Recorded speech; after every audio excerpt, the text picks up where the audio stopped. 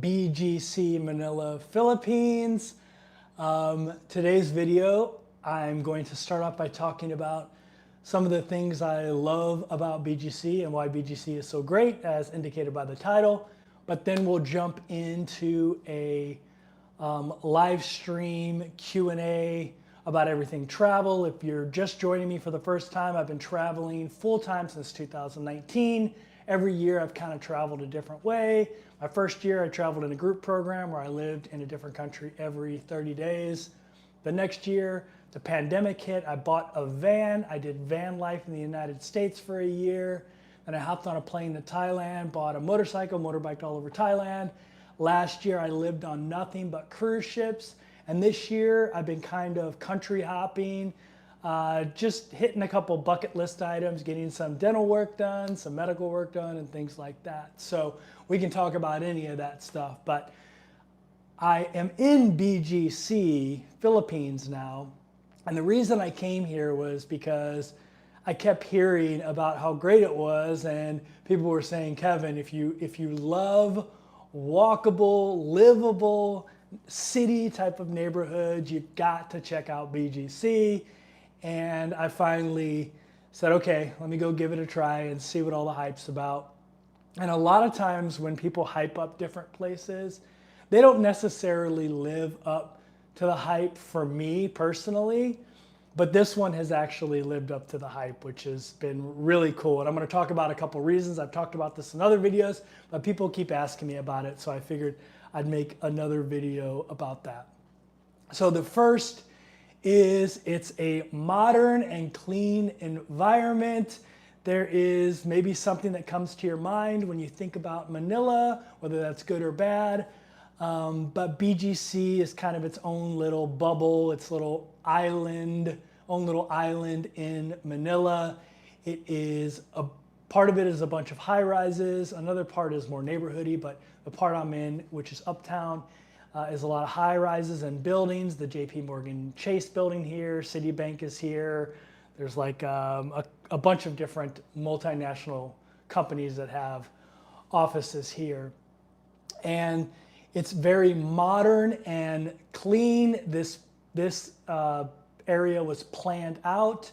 If you've been watching me on Instagram or watched some of my short videos on YouTube, you'll know that I'm in love with the sidewalks here. I'm a walker. I like to live in neighborhoods where everything is at my fingertips and I can walk to everything. I can walk to groceries, food, entertainment, getting my visa renewed, whatever it is I need to do. I like living in a place where I can just walk to whatever I want to do. And this is one of those places, and they make it so convenient. All of the sidewalks are like 20 foot wide at least. Some of them are much wider actually. They'll have like partially covered sidewalks, so they're like 30 to 40 feet wide. It's pretty crazy actually. So it's very modern in that respect. There is greenery everywhere. You can't really see it here, but there's trees along all the sidewalks, and a lot of the buildings have like parks in the building, which is kind of cool. It just doesn't feel chaotic in this city. The urban planning was done really, really well. It's laid out very good, and so it's just a modern and clean environment. Number two, which is kind of related to that, is the walkability here. It is super pedestrian friendly with these huge sidewalks. People actually pay attention to the crosswalks here, which is not the case in a lot of Southeast Asia, but in BGC, they actually pay attention to it. And a lot of times there'll actually be a police officer stationed at high traffic areas to make sure people pay attention to it. Maybe that's why they do. But it's really safe and convenient to walk or bike around here in any location in BGC, whether you're here in Uptown where I'm at, you're on High Street, you're in Forbestown, or you're in McKinley Hill. It's all super, super walkable. As a matter of fact, I usually get up every morning and walk the whole thing to get my steps in. By the way, I had the flu this last week, and this is like the first day I've actually felt halfway decent. So that's why I probably sound a little nasally. So I apologize for that. The next thing that I love about this area is how much high-end dining and shopping there are. there is high end, how much shopping and dining there is in the area. Some of it is high end, but a lot of it is mom and pop type places. Whatever you want is at your fingertips. On one of my videos recently, I talked about how many Mexican places there are here, and someone commented in the comments, there aren't that many Mexican places in BGC. And so I was like, okay, I got on my phone and I typed in Mexican on Google Maps, and within a 1-minute walk of where I am right now, there are 7 Mexican restaurants. 7 in a 1-minute walk. In the whole BGC, there's many, many, many, many times more than that. But in a 1-minute walk from me, there's 7. So maybe that isn't a lot to that person. Maybe they live in San Diego or somewhere where there's a lot of Mexican restaurants. But for me, 7 in a 1-minute walk radius is a lot of Mexican restaurants. And you can find anything that you want. Any kind of fast food you want is here. Popeye's Chicken, KFC, McDonald's, Wendy's, whatever you want, they have it here. Krispy Kreme. And if you want like higher end dining, they'll have like Texas Roadhouse. I don't know if that's really higher end, but they have like Texas Roadhouse here. And then they have all the mom and pop places around here as well. And just so much dining and shopping in this area. It's pretty unbelievable, actually, no matter where you go in the area. I actually this morning just came from a place called Landers, which is like a Costco. And I bought my membership. It was only 500 peso, which is about $9. And I can go, it's basically just a Costco. So I go there and get all my, since I knew I was going to be here for 4 months, get all my Costco type of industrial strength stuff like Tide Pods and things like that. So it's pretty great. The next up is it has a very vibrant community in all parts of BGC. Here in Uptown, it's a very white collar worker. Everyone's going to JP Morgan Chase during the day to work. And then if you go to any of the restaurants around here during lunch hour, there are just a bunch of, white collar business people out eating and enjoying BGC. At night here, it's kind of a shopping, kind of upscale type of bar area. So there's a lot of people that'll come here for that. If you go to Forbes Town, it's more neighborhoody, kind of like the Upper West Side of New York, if you've ever been to Manhattan. And there's just a ton of mom and pop type of restaurants, and there's more nightclub type of things there. And there is a place called Market as you go towards McKinley Hill that is like an outdoor market with a bunch of people selling vegetables and all kinds of other things. There's just a huge, vibrant community here. You have High Street that runs right down the middle of BGC, which is basically a pedestrian-only street that is just lined with whatever you can think of in your mind that you would want to do, an escape room or museum, or go watch a play or eat whatever kind of dining you want, or shop to drop, all that kind of stuff.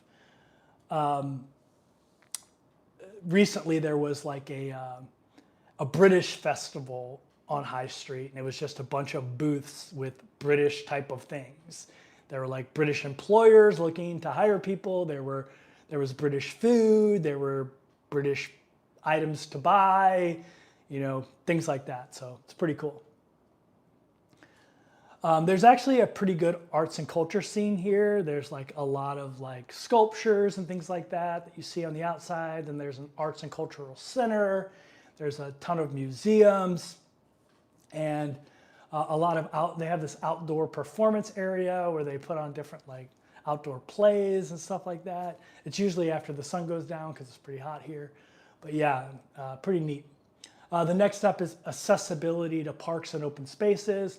So really BGC is like one big open space because it's so walkable, but there are tons of like park areas.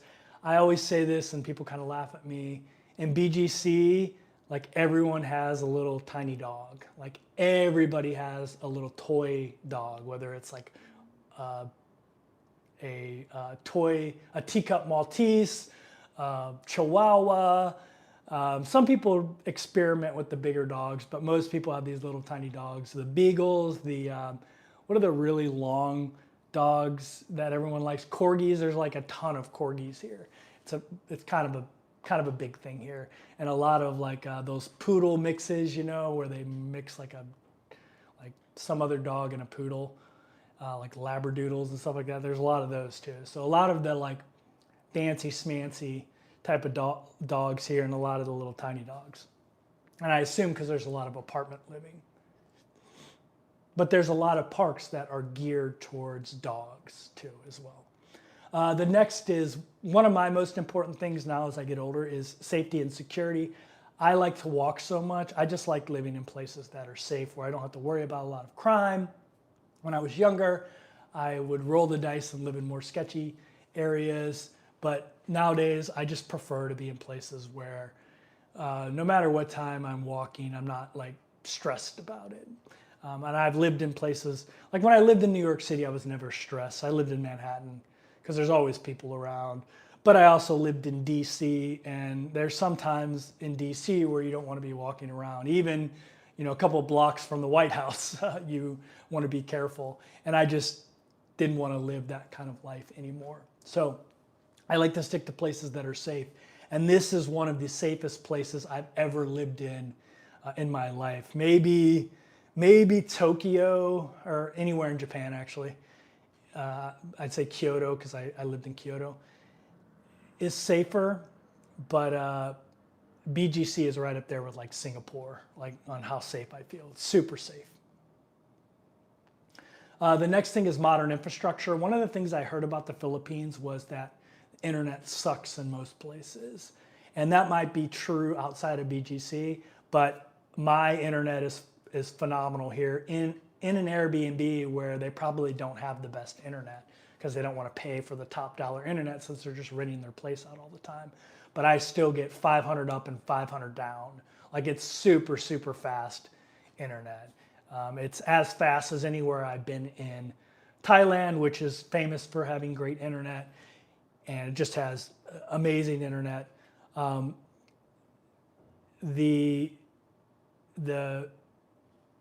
was going to say plumbing. That's not what I mean. The sewer system here is really good. Like a lot of places I've lived in Thailand, if it rains for a little bit, the whole place will be flooded. Almost everywhere I lived in Thailand. And I'm not doing a Thailand to Philippines comparison here. I'm just using that as an example. And maybe outside of BGC in the rest of Manila, you'd also run into those problems. But we've had 3 hurricanes or 3 typhoons come through since I've been here. And there hasn't been one bit of flooding in BGC whatsoever, even though we've gotten a lot of rain. Not one bit of flooding. So that part of the infrastructure is really good. They also have a ton of high-rise condos with amenities, like I'm in one right now, with a nice pool, a nice gym. Very similar to Bangkok as far as the type of condos that you have to pick from here. So BGC has like a really cosmopolitan vibe. It feels very international and diverse while feeling still Filipino. Like if you walk down the street, 9 out of 10 people that you pass are going to be Filipino. I'd probably say more than that. So like some neighborhoods that I live in, that I've lived in before in other places, get very gentrified and there's not a whole lot of locals that live in that area. It's mostly tourists or expats. You don't feel that way in BGC. It's Filipinos live in BGC, like primarily live in BGC. It's kind of like visiting New York. New Yorkers live in New York, right? There are a lot of tourists there, but it's still all a bunch of New Yorkers. And that's what BGC kind of reminds me of, like a clean, safer New York. Not as dirty and more walkable, which is hard to believe because New York's pretty walkable. But yeah, it's got a very cosmopolitan feel to it and an international vibe, but still very Filipino, if that makes sense. Like one example of how Filipino it is here is I got here September 1st and every store, my apartment building, every mall had Christmas decorations up, and was playing Christmas music. Didn't matter where you went to, whether it was that place I described that's like Costco or the mall or anywhere. I went into a Tesla little dealership and the Christmas music was playing because I wanted to look at if they had any differences with their Teslas than we do in the United States. And Christmas music was playing in September. When I went and renewed my visa, Christmas music was playing. And that's a very Filipino thing. Christmas starts in September and ends at the end of January, so like February 1st. So, and BGC, it has that. Like everything was Christmas when I got here. You also have your proximity to key locations is really good. You're close to Makati, Ortigas. You're a 20-minute cab ride to the airport, which only cost you like less than $5. So it's proximity to key locations is very good here in BGC. Even though you're kind of in what a lot of people call a bubble, you're still close to all that stuff if you want to access it. Lifestyle opportunities here. There are world-class gyms, yoga studios, wellness centers. They're actually in my building. There's a lower level that goes over to the mall. There's a massage place in there. It's a Hawaiian massage place of all things. And you can get a full body massage for less than $10 in there, which compared to Thailand is not cheap, but compared to the rest of the world, a $10 massage in a really nice mall area is pretty inexpensive in my experience. There's also nightlife and bars and clubs if you're into that kind of thing. I'm not, but I have walked around and seen all that stuff going on, and there's plenty of wine bars, there's plenty of nightclubs playing like house music, all that kind of stuff if you're into it. It's very remote work friendly if you're a remote worker. Like I said, the internet's good here. There's a WeWork and about 100 other co-working spaces here, and tons of coffee shops. The only place I've been to that maybe has more coffee shops than here is maybe Niman in Chiang Mai, but there are coffee shops everywhere here. There are the big chains like Starbucks, Seattle's Best, the Canadian one, I always forget the name of it. It's the guy's name.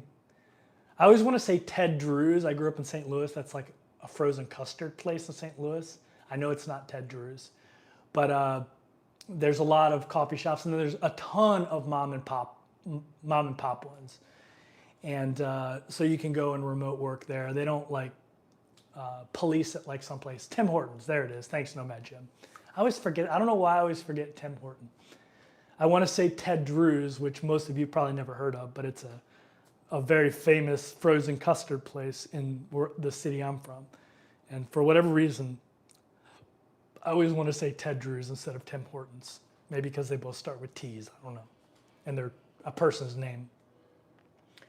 The next thing is there's constant development here. So they're building a bunch of high rises like the one I'm living in right now. There's a building just like mine called Uptown Arts that's being built right now. It's somewhere over here. I think it's over here. But yeah, there's tons of new things they're adding. In my building, they're getting ready to add a huge like coffee shop into the lower level of the building I'm in, which will be amazing. I'm hoping it gets done before I leave. I still have a couple months left, so I'm assuming it will. But it looks like it's going to be really like a really hipster type of place, which is right up my alley. I like the cool hipster type of coffee shop. So I'm sure I'll love it, and it'll be a really quick way for me to get foo-foo coffee, because I'm sure they're going to have foo-foo coffee in there. The next two are things that are just important to most expats, which is why I'm throwing it out there. So in my opinion, it's pretty affordable here. For $2,000 to $3,000 a month, you can live a very high quality, like New York City type of lifestyle here. You can have a very hipster looking apartment like the one I have. You can eat amazing food every day, like because of all the different varieties of restaurants in the area. You can enjoy like world-class dining if you want to go real fancy if you want. and it's still pretty affordable. If you go to a high-end steak place, it's going to be like $20, $25, which in the States it would be $50 to $60 for a person. So it's still affordable relative to other places in the world. And on a $2,000 to $3,000 budget, you can live a pretty upscale life here. If your budget is like $3,000 to $5,000, you can live a millionaire's type of lifestyle here, compared to a place like New York City or somewhere like that. But have all the conveniences of like New York, like very walkable, I wouldn't call New York very safe. This place is much safer than New York City, but very walkable. It's actually much cleaner, but you could have that metropolitan, cosmopolitan type of lifestyle here. There's like cigar bars. I always get invited to cigar bars. I don't smoke though. And I'm actually allergic to cigarette smoke. Cigar smoke doesn't bother me as bad, but I don't want to sit in a smoky area. But for whatever reason, a lot of people that watch my YouTube channel smoke cigars, and they invite me to cigar shops.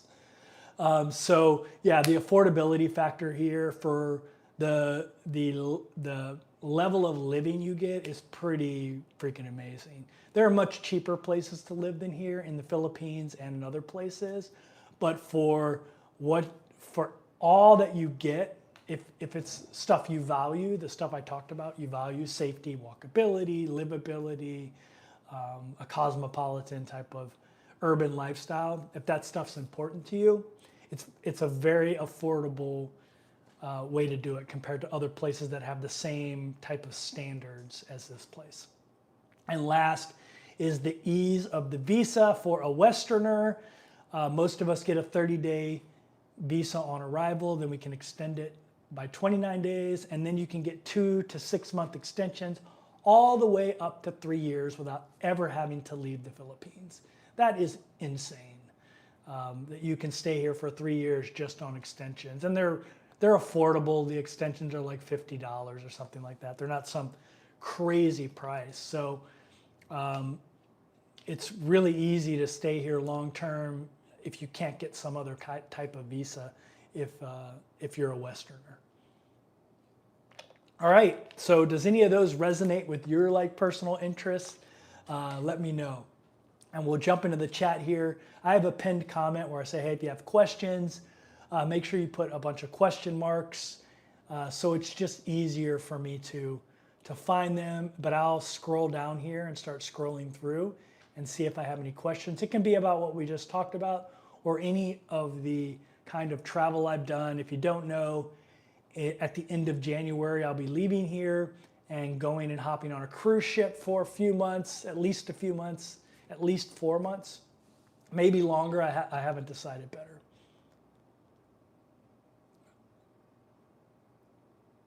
Did I say I haven't decided better? I haven't decided yet. Deborah Schwab's in the house. Sorry if I cough. I'm getting over this sickness, and even though I don't feel sick anymore, I still have this just nagging cough that's just so annoying. Michelle asked how I'm feeling. I feel pretty good, other than that cough. I got yelled at for walking outside the lines in Hawaii. Hell, I'm from New York, dude. Yeah, I mean, that can happen in Hawaii too. It's really bad in Japan, actually. In Japan, they're big rule followers. You can't jaywalk or anything like that. Even here in BGC, nobody jaywalks. Every now and again, there won't be any cars coming and I'll jaywalk, and then it'll prompt other people to jaywalk. But I've noticed that here in BGC, nobody jaywalks, other than Westerners, of course. If you're not from the West and you don't know what jaywalking means like crossing the street when it's either not your time to cross, you haven't got the indicator to cross, you have the stop indicator, or you cross somewhere you're not supposed to cross, where there's not a designated crosswalk.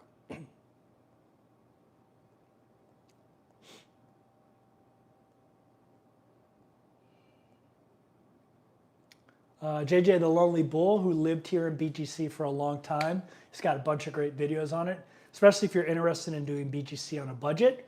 That was kind of not his claim to fame, but that he was very popular because he was able to live a very upscale type of lifestyle on a pretty affordable budget that you hear most people talk about in the Southeast Asia community. He's in Bangkok right now, which is amazing. What neighborhood are you living in Bangkok there, JJ? JJ says, I like High Street South too. Great food choices. Yeah, I mean, High Street's great. I walk it multiple times every day, actually. It's on my walk route. It's usually in the morning when a lot of things aren't open, but other than the coffee shops. But yeah. Thanks for Laura. Laura, I answered your question. If you have any more, let me know. She said, thanks so much for your cruise itinerary planning you left on my question. Anything more you'd be able to share about stringing together trips? So yeah, Laura asked me, like when I plan cruises, like what's my method for planning cruises, like long-term living on a ship? If you just started following me, I don't take like 7-day or 10-day cruises. When I go cruising, I'm like on the same ship for like 30 to 100 days. Sometimes more than 100 days. Like I was on Ruby Princess for over 100 days. And I had to book multiple cruises. It wasn't like World Cruise where I was booking one giant itinerary. I was booking multiple itineraries. And Laura asked me like how I do that. So I've talked about this before. I have a video about like how to find cheap cruises. And I use a website called Cruise Plum, which is like a great search engine. And sorry, I just got a notification that my Tesla stock is up. So that's always nice to see. Where was I going with that? So yeah, I use Cruise Plum, which is a great search engine to find cruises, especially for solo cruisers, because it allows you to search by solo price. Usually when you go to a cruise line's website or any other like vacation planner website, the prices are not in solo price. They're in double occupancy. And then many times you'll go in there to book it and you'll see that it cost you much more than the quoted price because it was based on double occupancy. And a search engine like Cruise Plum, however it does the search by solo occupancy. So the prices you're seeing are exactly what you're going to pay for the cruise fare, taxes, port fees, and gratuities, which taxes, port fees, and gratuities are often not included in the price either. So it's really nice to get that price. Another great thing you can do with it is sort by cost per day, which is the real cost of a cruise. I've talked about this a lot. A lot of times people will say, I don't want to pay double occupancy or all that stuff. I want to pay single occupancy. So I'm going to book someone that charges me single occupancy. And I will warn you that that's kind of a scam in the cruise industry. And I'll give you an example. Like let's say you're booking a 10-day cruise in the Caribbean, hitting Aruba, all the ABC islands. So it's the exact same itinerary. Both cruise lines are going to hit their private island, whichever one that is. And you're coming back to the same port, Fort Lauderdale, for instance. And one of them is double occupancy and it's $1,000. So it's $2,000. It would cost you $2,000 to do the cruise. And the other one is no double occupancy charge. It's just, they're like, hey, we're not charging solos any premium. But the cruise is $2,500. And so you're not getting a deal if you're paying $2,500 single occupancy for the exact same cruise that you would pay $2,000 for double occupancy because you're getting charged double occupancy. And a lot of people don't, for whatever reason, they have this mental block where they think they're getting a better deal on the $2,500 cruise with the exact same itinerary than the $2,000 cruise. And it's kind of a cruise industry scam. the real thing you want to look at is what is the real cost of the cruise, which in my opinion is cost per day, everything included. And then you can compare apples to apples. If you're paying double occupancy, but it's still cheaper and it's the exact same thing, then you pay double occupancy, right? You don't pay more because you want to win this battle against what you think is unfair.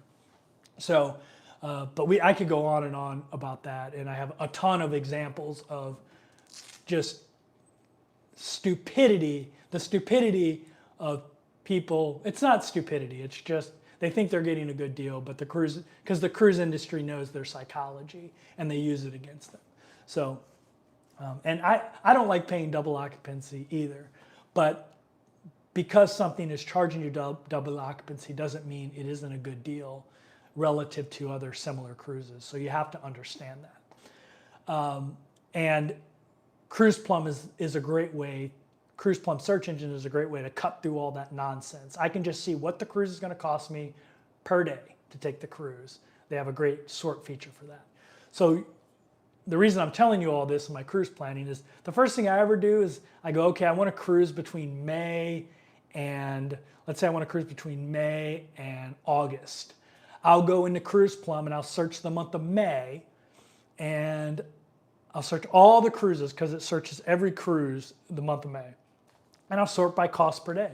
And I'll see like, oh cool, like the Enchanted Princess has a cruise out of Fort Lauderdale, a 14-day cruise, and it's $60 a day, all in. Let me see what other cruises are at the same time, and then because I like staying on the same ship, I'll change the filter on Cruise Plum to just search the Enchanted Princess.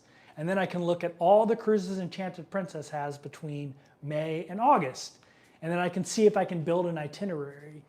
Maybe that because they have that one 14-day cruise at $60 a month, maybe that's an indicator that a bunch of the cruises are going to be maybe not $60 a day, but 68, 78, under $100 is usually what I'm looking for. It's a little bit harder now to find that.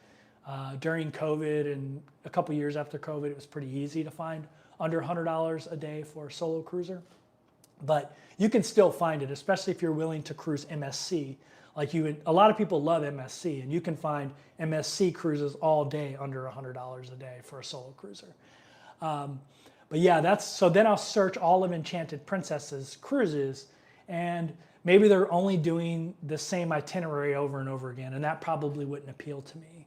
What I'm looking for is a cruise line that's doing, will do some Caribbean, but then they do a transatlantic to avoid hurricane season, and then they start doing some Northern Atlantic. Maybe they're doing some Norway, Denmark, the Netherlands, all that area, and then they do that a couple times, and then they start doing some Mediterranean, and they're doing like France and Spain and Italy, and then they come back to Southampton and they do maybe the British Isles, which is a great cruise, by the way, and they do some British Isles. Those are the type of itineraries I'm looking at, where I can book back-to-back itineraries on the same ship, but I'm going to a bunch of different places. If you've been following me for a while, I've done that successfully many times. When I was on the Ruby Princess, we started in the Caribbean, then we did a Panama Canal cruise, which was awesome. Then we went up the west coast to California, then we went over to Hawaii, then we started cruising in Alaska. And so it was just a very diverse itinerary. And before that, I was on Island Princess. We started in Fort Lauderdale. We went to Iceland, and then to England, did a little Mediterranean, and did some of the above the Arctic Circle stuff in Norway and places like that. So I like to look for cruise itineraries like that. But yeah, that's how I do it. I just use Cruise Plum because you can sort and filter things. Now, when I first started cruising, I was willing to change cruise ships. And if you're willing to change cruise ships, you can do what I just said and do it even cheaper, because then you're like looking for best price, best, all that kind of stuff. But you can do it that way too, and just hop from cruise ship to cruise ship. But now I like to stay on a cruise ship a little longer. Like in January, I'm leaving on a cruise out of Fort Lauderdale on the Sun Princess, which is the new Princess cruise ship, and I'll be on there for 35 days. But they were staying in the Caribbean too long for me, and I wanted to get over to Europe. And so I did them for 35 days, and then I'm hopping on another one of my favorite princess ships, the Sky Princess, and Andrea, who's in here, one of her favorite ships. Actually, it's probably her favorite ship. And I'm riding Sky Princess over to Europe and doing all that stuff I was talking about earlier. We're doing Mediterranean first, and then we're doing Norwegian fjords type of stuff. So I'm super excited about that. And I pieced that together on Princess's website. I know how to use, I cruise a lot of Princess now, and I just know how to piece together cruises on there because I've been doing it for so long that I know how to use their search engine pretty effectively. So, but that's what I do. I hop on Cruise Plum and find itineraries. JJ says, owning a purebred dog in the Philippines is a status symbol. Yeah, there's a lot of purebred dogs here. A lot of dogs I feel sorry for too. There's a lot of like Huskies here as well. I mentioned a lot of people have toy dogs, but a lot of them have Huskies too, or those big chows that are, cold weather dogs, and they're here in hot and humid Philippines. They're probably, poor things are probably miserable. But they're very probably status-driven type of dogs, I'd imagine. What made DC dangerous? Asked James. I mean, I was actually a juvenile defense attorney, so I even had a more up close and personal view of the crime in DC. But yeah, DC is an easy place to get mugged at. I'll be honest with you. It's pretty easy to get mugged in almost any neighborhood, even nice neighborhoods like Georgetown and places like that. It's just, for whatever reason, it just lends itself to that. There's a lot of like dark alleys and, things that places that you can get mugged, and people just, it just happens there. I was never mugged personally there. The only personal crime I've ever had committed against me was I've had my car broken into many times in St. Louis, and I've been mugged a couple times in St. Louis, robbed at both times at gunpoint. So, but like very minor stuff. I don't, like it wasn't like I didn't feel my life was threatened by either time. It was just like, kids trying to get money, so. And to me, nothing is worth dying over, so I just handed over my money. And I don't carry much cash. And those were a long time ago, by the way. But yeah, and DC is very similar to St. Louis as far as the type of crime that happens there. And one of the big types of crime is muggings there. And so you have to have your head on a swivel in DC, for sure.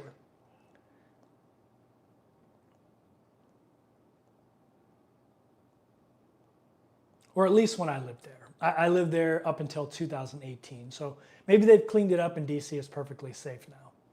Now, I will say, I got up every morning and walked the mall area. I lived right in downtown DC, like a couple blocks from the Capitol building, a few blocks from the White House. And I would get up every morning and walk where the Lincoln Memorial is. It's called the mall area. It's not like a mall like you think of, but that's what they call that area. That like goes from the Lincoln Memorial to the Supreme Court, that area. And I would walk that every single morning, and I never felt unsafe because most of the crime in DC happens like in the middle of it, at night. So it wasn't like I couldn't go out anytime I wanted, but I knew to keep my head on a swivel and, to not go to certain places after dark, things like that. So, yeah.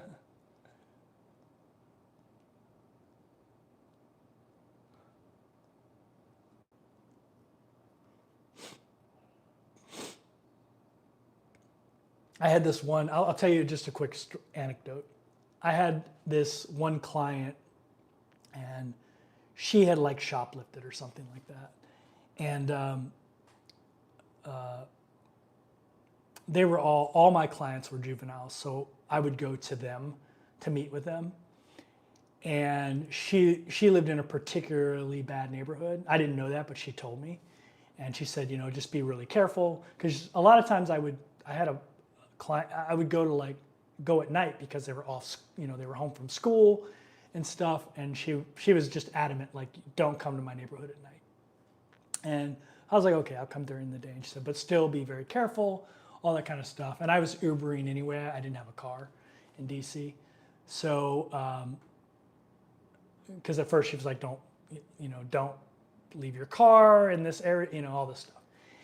And my client, very young, like teenage girl, was very concerned about my safety. And I remember she was on the phone and she was just going on and on about my safety. And I had met her grandmother before. And finally I heard her grandmother in the background say, he's an old white guy. They're going to think he's a cop or a defense attorney. Either way, he is safe. That's what her grandmother said. And it just kind of cracked me up. And I learned from my clients to carry the yellow legal notepad. And then people in the neighborhood know I'm a defense attorney and they just leave you the heck alone. And so I learned, I never used a yellow legal pad, by the way, to do interviews and things like that. I was more tech savvy than that. I had like an iPad and stuff.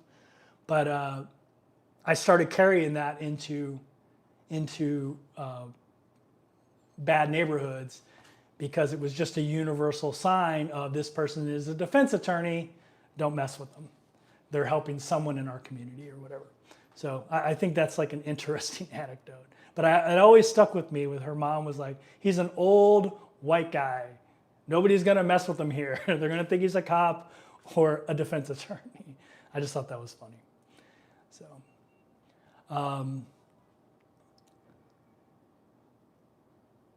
let's see. Monotone Man says, going to be staying in your building for 3 weeks in mid-January. Maybe we can catch up. Yeah, I'll be here until the end of January. So maybe I'll see you around. Just, say hi. You'll probably see me in the hallway. We'll probably bump into each other in the grocery store. If you don't know, this building basically connects to a grocery store. You have to leave the building, but then you don't have to leave the covered area, and you go down an escalator, and then you can walk over to the mall underground, and there's a grocery store on the lower level. So it's pretty cool. Finn West is in Bangkok. What neighborhood are you in, Finn West? Massage on a ship is $189. Yeah, that's true. Massages on ships are very expensive.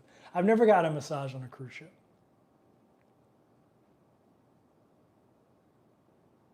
Nikki Dunn's in the house. Thanks for stopping by, Nikki. Andrea's in the house.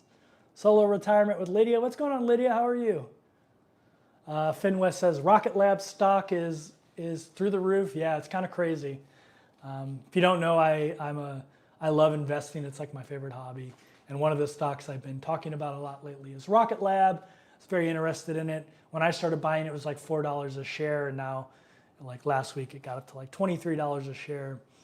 And so that stock's doing pretty well, and I'm super happy about it. It's like one of my favorite companies I own too, by the way. When are you getting to the beach? I don't know yet. We'll see. I like beach view. I'm not really a beach person. I don't like the sand, I used to be a scuba diver, so I spent a lot of time in the ocean, and I was in the Navy, but I don't like being in the ocean. I'll just be honest with you. If I'm gonna go swimming, I'd just rather go in a swimming pool. And I don't like this. I had this Jeep when I lived in Hawaii, and the battle against the sand in my Jeep was just never ending, and it just made me hate sand. I feel like, I don't know how many of you are Star Wars fans, but there's a scene, an infamous scene, where Anakin Skywalker is talking about how he doesn't like sand. And I feel like Anakin Skywalker when I talk about sand. But yeah, if you don't know that scene, you won't get the joke. But it's kind of an infamous scene, and had very bad dialogue. And but yeah, I feel like Anakin Skywalker talking about it when I talk about it. Nana's in Banff. That is amazing. One of the most beautiful places in the world. Get zinc and vitamin C. Yeah, man, I suck down my Centrum 50 and older vitamins now. I figured I'm not 50 yet, but I'm over 49 now, so I just buy the 50 and older ones. I just decided to do that the last time I bought vitamins. Where in the world did you ever go that had the best chocolates? I mean, France has amazing chocolate. I've never been to Switzerland, so, I mean, that's like the capital of chocolate. But yeah, the chocolates in France are amazing. This is gonna sound really ghetto, but I always really love the cherry cordials that you get in the United States that are like, that you find around Christmas time that are in like Walgreens. I really like those. I know it's kind of trailer park trashy, but I like them. Hey, Robin Janner in the house. What's going on, guys? Curious, since the kitchen is so small, do you cook or eat out mostly? I can always tell when people just joined my channel. Anjani, did I say that right? And Jenny.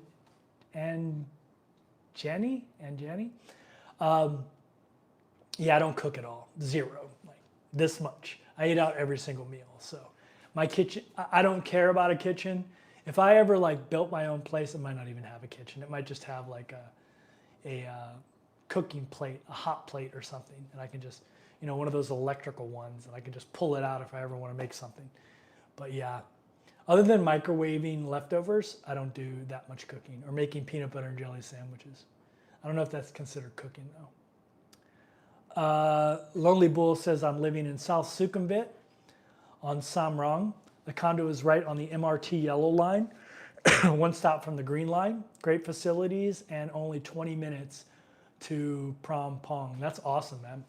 That's very cool. Very cool. I actually, this is going to be a controversial statement, I think. Maybe it's not that controversial, but I think it's going to be a controversial statement in the Thailand expat community. But I like the MRT better than the what's the other one? The BTS. I like the MRT better than the BTS, personally. So like, I don't mind living on, a lot of people want to live on the BTS, on Sukhumvit. I don't mind living on the MRT. I prefer it. For those that don't know, the BTS is above ground and the MRT is below ground. It's like a subway. And they're both really nice.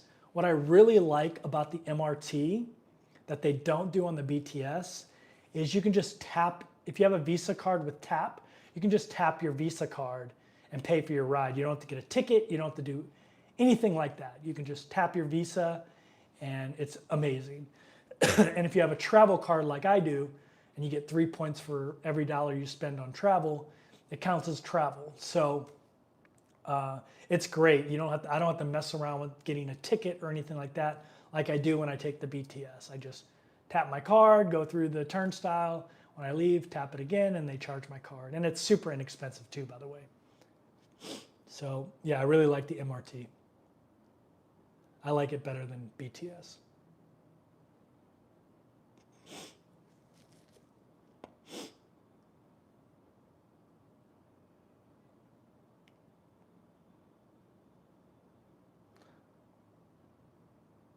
Robin Jan says, when you pay double occupancy, you only pay port fees, taxes, and expenses for one person. Yeah, that is true. You just pay the cabin fee for 2 people, which doesn't happen as often as you think. It's much less. Most cruise lines have some sort of supplement between 20 and 100%, but most of them are many of them are closer to 20% than 100%. And a lot of times, if you book cruises like I do, which is closer to the cruise date, there's usually no solo supplement. So I don't think I've ever paid double occupancy in my and I've cruised a lot. Andrea gave a little puke emoji for MSC. Hey, some people, I heard MSC is getting better. Okay, MSC has a reputation, a bad reputation. Actually, some people love MSC, but There's a lot of people that don't like MSC because it has a different cruise experience, and some people just don't like it. It's a European company, so it's a more European style cruise experience, although they're working on having a better cruise experience, a more Western style cruise experience in the ships that are out of the West now. But they still have that reputation. But I will say they build like the newest ships. Their ships are beautiful. Their private island, in my opinion, is by far the best. It's not even close. There is no cruise line private island that compares with MSC's Ocean K, unless you want an amusement park. If you want an amusement park on your island, then you're probably like Royal Caribbean's private island better. But if you want what you think of as what I think of as a private island, which is beautiful white sand beaches, crystal clear water, all kinds of sea life running around, just an amazingly tranquil place, then you'll like Ocean K. It's the best, in my opinion, the best cruise line island there is, private island. It's not even close. Like there's not even a close second. But yeah, it is a different cruise experience. But as a solo cruiser, you can find a lot of really good deals on MSC.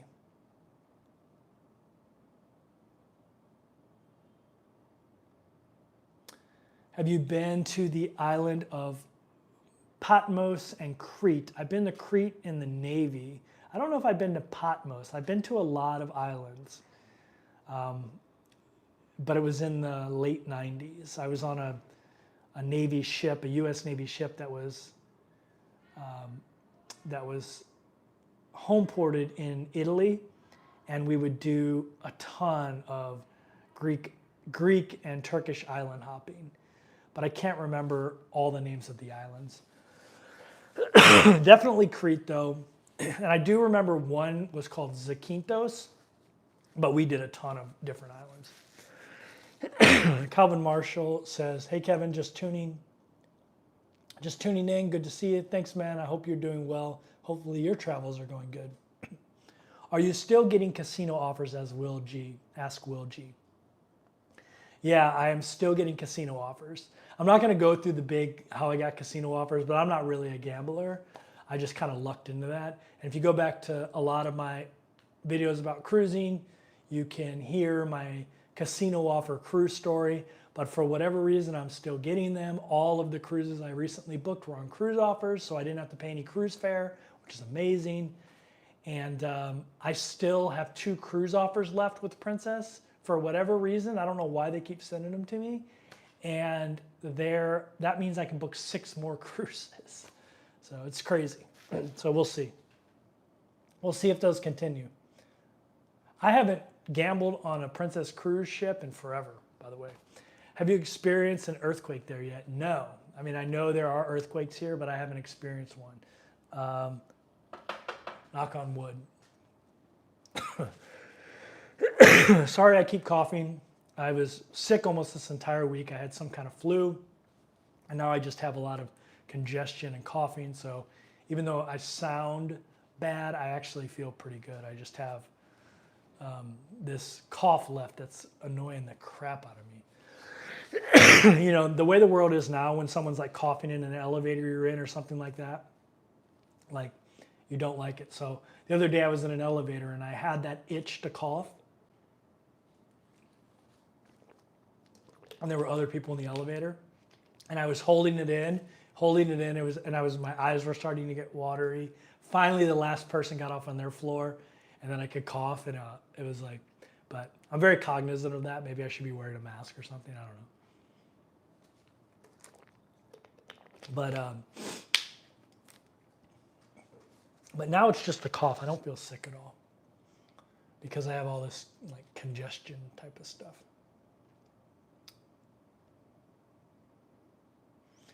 Going Green Mom says, if they thought you were a cop, would they have messed with you? No. In DC, Like, why would you mess with cops? That's like a bad, like you go for easy targets. You don't want to mess with a cop. That just brings unwanted attention to you. In that neighborhood at the time, it could be different now. There was a lot of drug dealers. So the last thing they want is attention from police.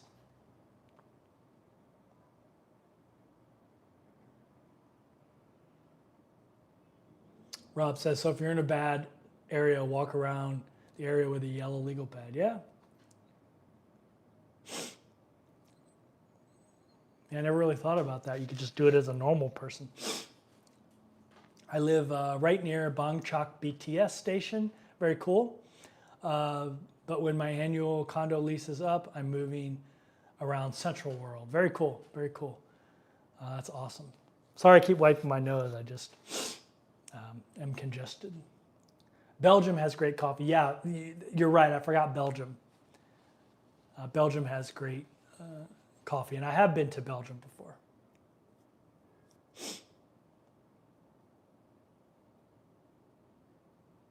Nice head shave. Do you use a razor? Yeah, I use a razor now.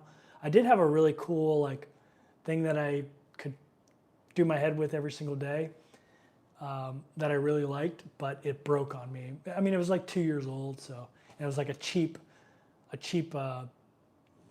thing you get on Amazon, but it worked great. So when I'm home at the end of January, I'm gonna order it on Amazon and get it again. But right now, I'm just bicking it with a razor.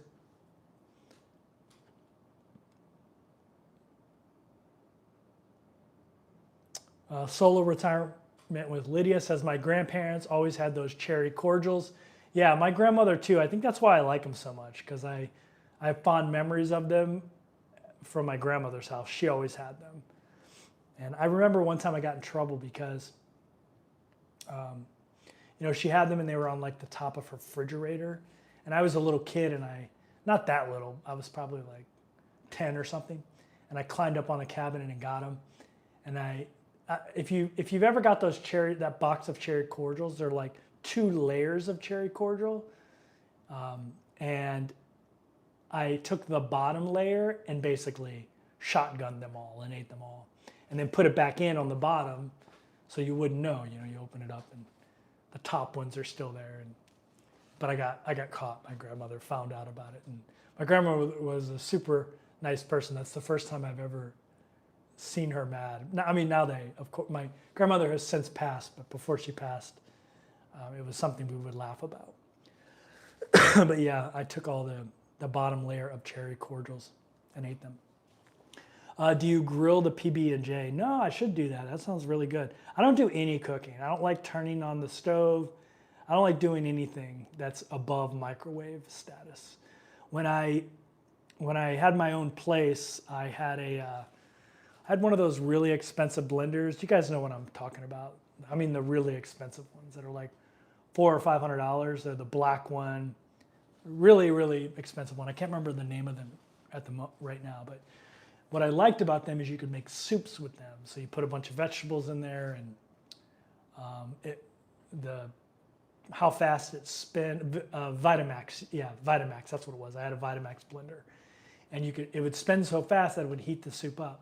So that I could do. Like that was easy. I just throw them in there, and it was healthy. So I loved my Vitamax, by the way. That was like, I would get one of those again for sure if I got a home base, I would get a Vitamax. So those things are amazing. You can put like a concrete block in there and turn it into a liquid.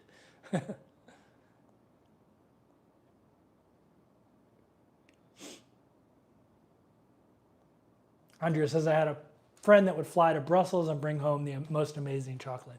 Yeah, I completely forgot about that. JJ says, I have a rabbit card. Yeah, you can definitely get something like a rabbit card.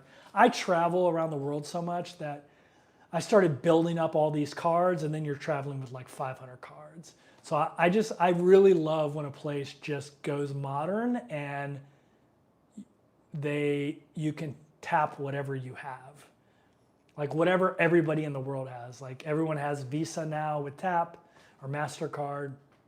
And I love that the MRT just does that. I don't have to buy anything special to use the MRT in Bangkok. I can just use the Visa card I have and tap that, get in, tap it when I get off, and boom, good to go. Don't have to do anything. Don't have to talk to a ticket person. Don't have to do anything. And I don't have to get another card to add to this. Like I have my little, I have this little folding thing with a bunch of cards in it that I carry with me. It's a big leather thing. Here, I'll show you. Instead of just talking about it, I'll be about it, right? Since it's right here. It's like this leather thing. It's like a passport case, but it also holds like a ton of my cards. Like I have my military ID in here. Then I just travel with everything. I've mentioned this a lot of times. I have a lot of redundancy. I travel with I always tell people to travel at least 3 of everything, 3 ATM cards, 3 credit cards, 3 ATM and 3 credit cards. Nowadays, most of that stuff's on your phone. Like here in BGC, everything I can just do tap with my phone. I don't even have to carry any credit cards with me. The only thing I carry with me is, I took a picture of my IDs, and so they're on my iPhone, my IDs are. And so I don't even carry an ID with me. I have my Landers card. Let me make sure I'm not showing any credit card numbers or anything like that. I have my Landers card here, which is like the Costco. So I do carry this with me. And then I have an ATM card. I'm trying to do this without showing my credit card numbers.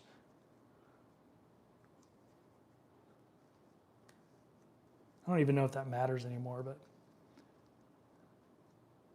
yeah, so I've got an ATM card, which is the Star Wars ATM card. That's how big of a nerd I am, right? So Darth Vader. And then I have the Chase Sapphire Reserve. So I have an ATM card and a credit card. I have not had to pull out my ATM card or credit card once here in the Philippines. I've been able to do everything with tap on my phone. And so I just carry those 3 things because it like magnets to the back of my iPhone.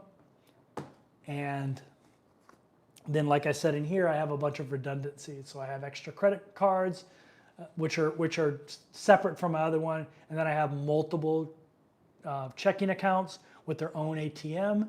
So if I lose my ATM card or it gets shut off, I have a couple more bank accounts that I can just transfer money into and then take out money on an ATM. So I have multiple redundancies. I have my military ID. I have my driver's license. I have my Thai driver's license in here. But I also have a bunch of those like cards, like rabbit cards and things like that. And I hate that stuff. So I really wish I didn't, I really wish places would not do that, would not have, or would just get with the times and make it all like universal type of stuff.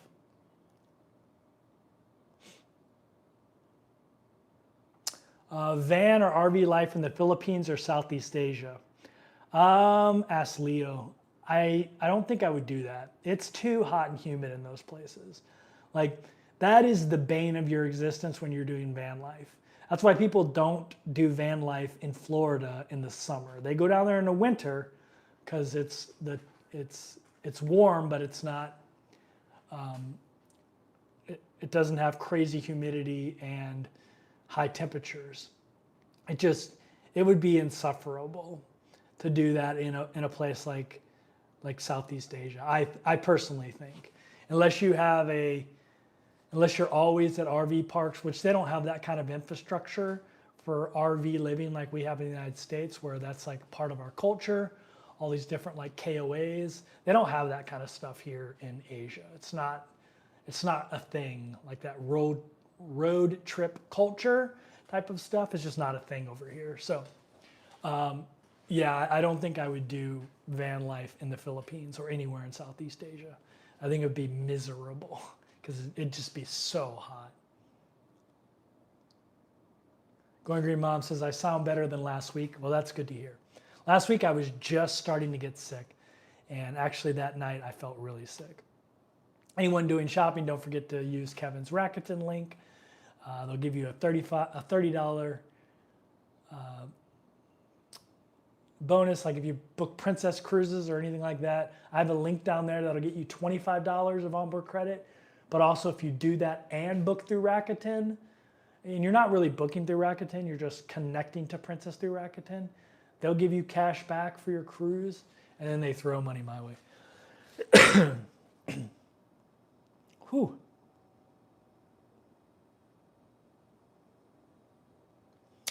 Going Green Mom posted the video of me getting my head shaved.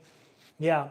So when I first started this YouTube channel, I actually had hair, but I was losing my hair really quickly.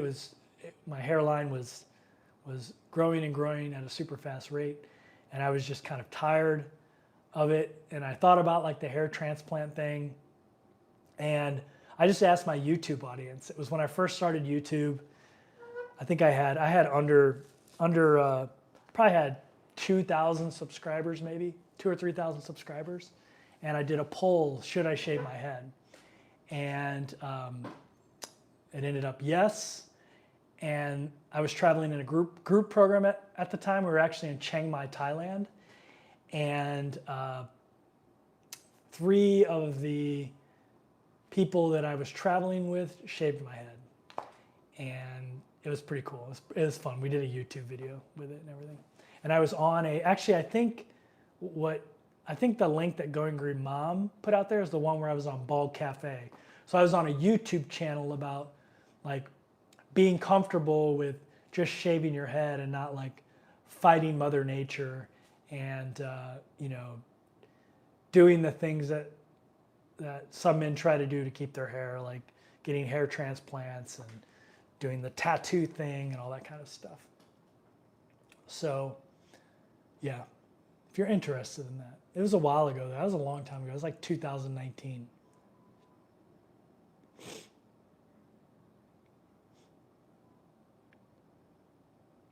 Finn West says, I really want to cruise someday. Never been before. I'd like to cruise line with lots of younger females to meet. So the cruise line for singles, I would say I would go one of 2 things. I would go with the younger cruise line is actually MSC. It's more, that's another thing a lot of people don't like about MSC is it's a lot of younger families because it's more affordable. So it's there's a lot of young families on there. And so, like me, I don't like cruising with kids. It's not that I don't like kids, I just don't want to cruise with them. And so some people don't like MSC for that reason. But I would say the 2 best cruise lines for singles would probably be Virgin Cruise Lines, which doesn't allow any kids on board, and Norwegian, which caters to solo cruisers, has a lot of great solo cruising programs on board. And so there are just more people solo cruise on there, and your chances of meeting them are higher because there's so many activities that Norwegian does for solo cruisers.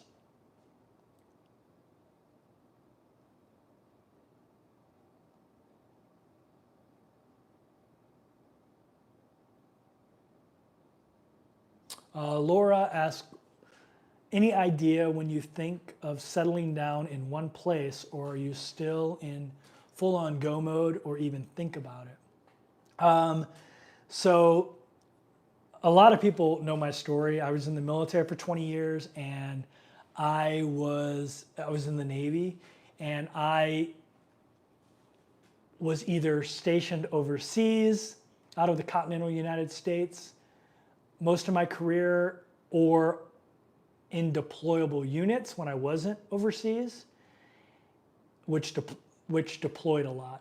And so I was very much nomadic in my military career. I switched jobs every couple years.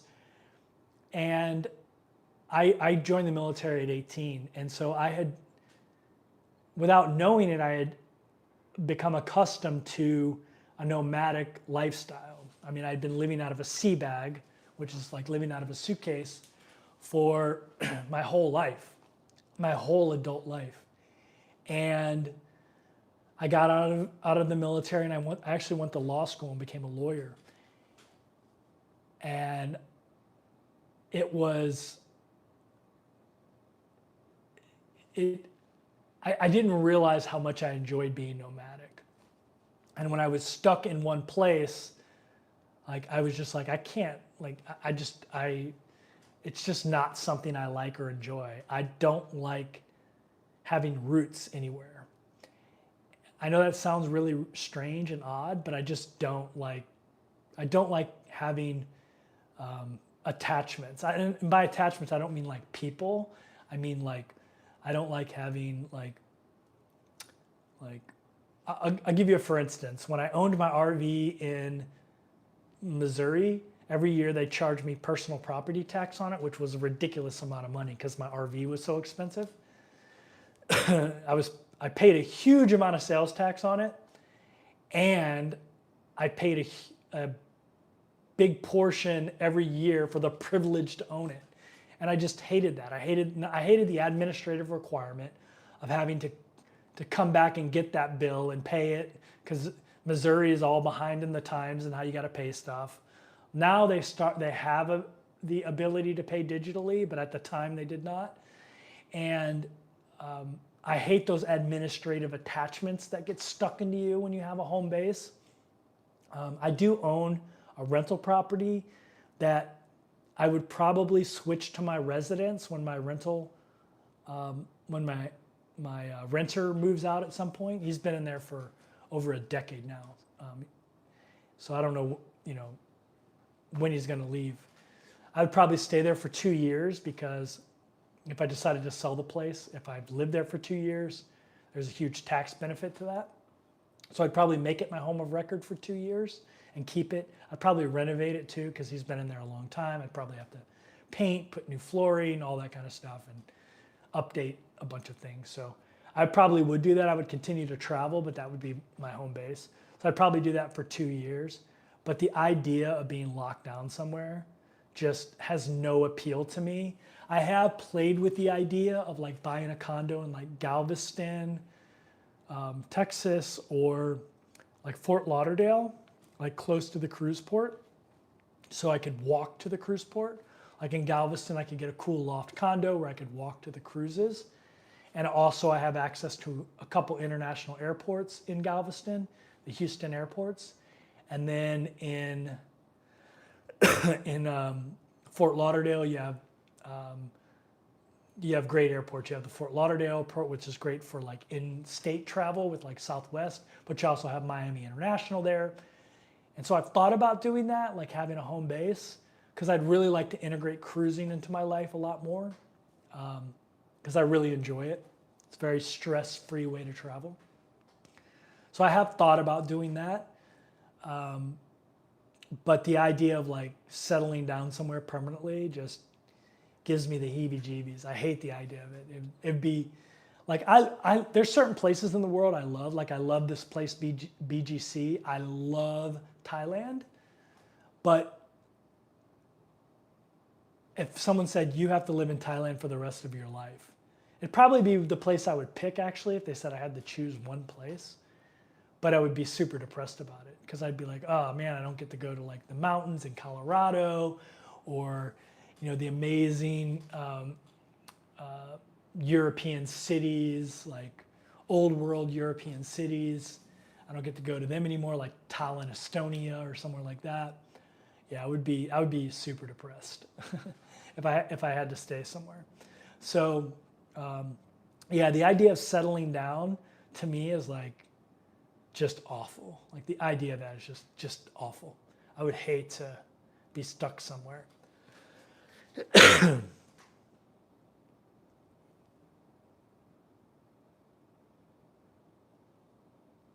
My son, 31, went to Turkey for a hair transplant. The treatment was intense.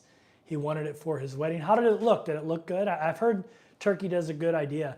Like I used to like, God, I don't want this to sound vain, but I used to have really cool hair. Like if you can't tell by my beard, my hair is like jet black. And I had the whole like parted down the middle thing in the 90s, just a really cool like hair. So I liked having hair when it was not receding. I like it. And if there's ever a point I can return to a nice head of hair without like a better form of like replacing a men's hair than they have now, I would do it. But yeah, I know they're getting better at it, and I know Turkey is like one of the leaders of it. So, have you cruised with Virgin Voyages? I have not cruised with Virgin yet. They don't have that many ships, so it's actually hard to find. It's hard to find that. Post your enlistment photo. I should do that. I think one time I posted a like high school photo of me when I had my.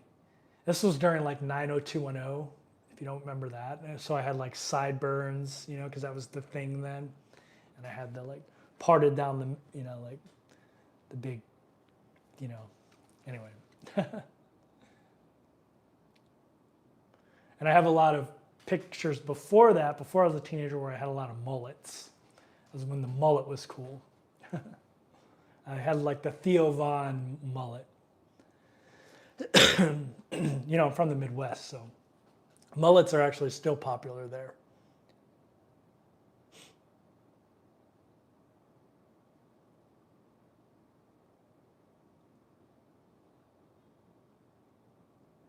Hey, Gator Jake's in the house. What's going on, man? How are you doing? Hey, do you watch American TV in the Philippines? Yeah, so I have my iPad here, my trusty iPad.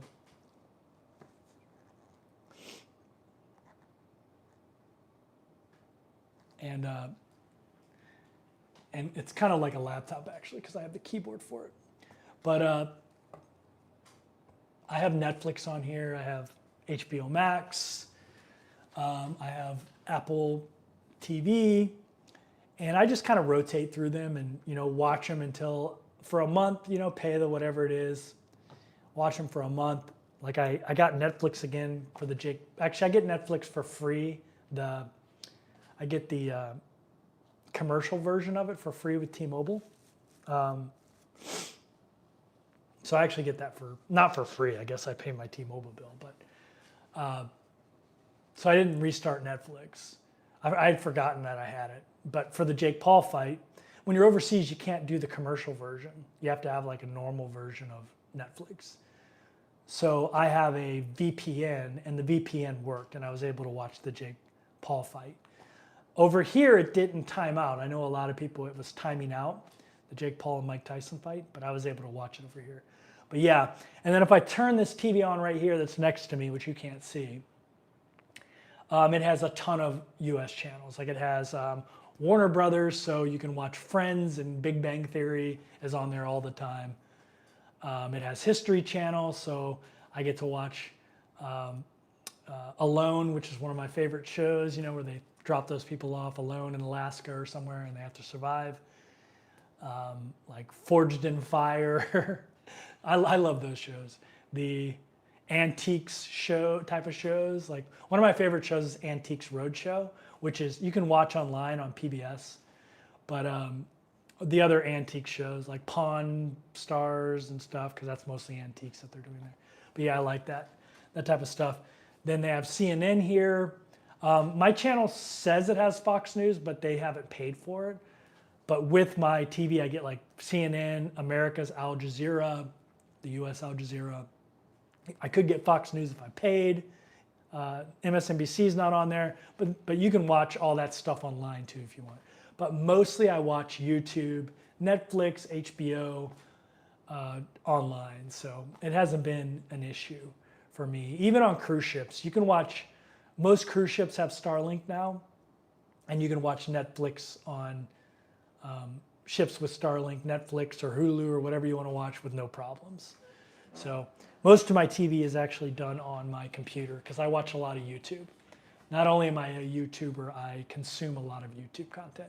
I really enjoy content of, like right now, I'm following this YouTube channel called Dos Cavazos, I think. It's a couple, it's a younger couple. And he's currently showing his wife Seinfeld. And so I'm just watching Seinfeld episodes with them. I love Seinfeld, and I like watching someone that's never, it's kind of weird. It's like a weird genre on YouTube. But I watch this other YouTube channel called Popcorn in Bed, which is this lady that just watched like romantic comedies, but now she's watching other type of movies. And so I watch a lot of movies that way, movies and TV shows, which I know sounds really strange, but I enjoy it, whatever floats your boat. If you bought a condo, would you do a short-term rental when you weren't there? I probably wouldn't, because I don't like other people in my place. This is probably why I'm single. I am a complete neat freak, like annoyingly so. And I know that, but it's just how I am. Like I have these spray bottles of ethanol alcohol all over the place. During this live stream, you probably saw me do it with my hands because I've been wiping my nose. So you would usually wash my hands, but because I'm doing this, I've been spraying this ethanol alcohol. And I spray everything with this. Like I spray my shoes, so I use a lot of this. I also have a lot of Clorox type of spraying products. And I'm like my bed's made, I never not make my bed. That's something I learned in the military. It's the first thing I do when I wake up in the morning.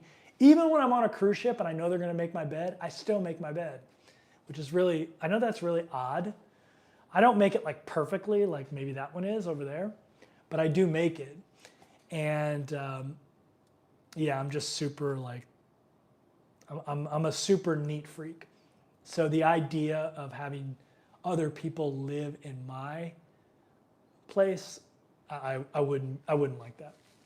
Most people do not have the same cleanliness standards that I have. So I would definitely not be okay with that, if that makes sense. So.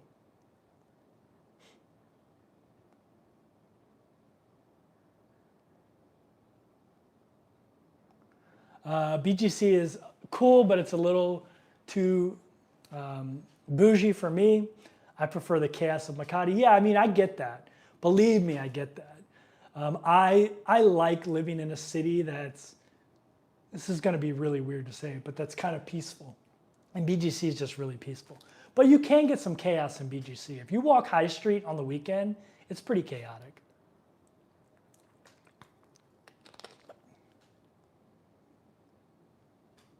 Do you still walk when you're sick? No.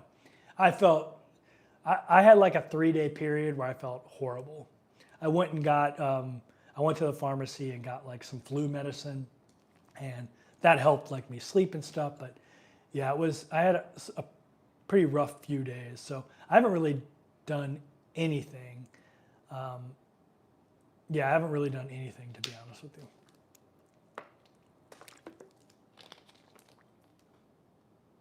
My friend went to India and got a hair transplant. It looks great. That's awesome. Mullets seriously need to stay in the 90s, but seem to be making a comeback. Yeah, I mean, I could see mullets making a comeback. Gator Jake says, thanks, brother. Love you. Happy belated Vets Day. I appreciate that. You gave 25 years of yourself for country. Only 20. I did a little bit over 20. So not that. Going Green Mom's asking who won. So Jake Paul beat Mike Tyson, a 58-year-old Mike Tyson. It was kind of sad, actually. So hopefully he fights somebody his own age at some point. The only person he's fought his own age beat him, and he wasn't even really that great of a fighter. What's the most per second you spend on a cruise to build up loyalty? What's the most per day you spend on a cruise to build up loyalty status versus just cruising on a bunch of different lines? Asks Laura.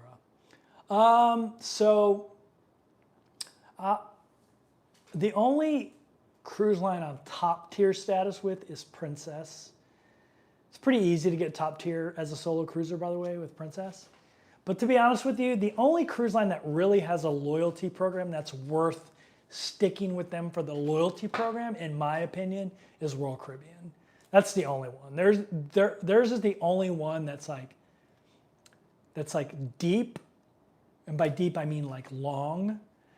You can get to most loyalty programs, the top of them, pretty quickly, but not Royal Caribbean. It's going to take you some time. But you can start getting real tangible benefits from Royal Caribbean after around, as a solo, probably around, I'd say probably 7 cruises, you'll become diamond and you'll get 4 free drinks a day. Any kind of drink you want, specialty coffees, alcohol, whatever. And that's a real tangible benefit. It's basically a free drink program. I can't remember what level it is, but at some point you get free Wi-Fi, which is great. Like Princess, you only get half off your Wi-Fi if you're the top level. But on Royal Caribbean, you get free Wi-Fi, which also I think is another great benefit. These are things that I value. But yeah, and at some point you start getting some free cruises from Royal Caribbean, which Princess does not do.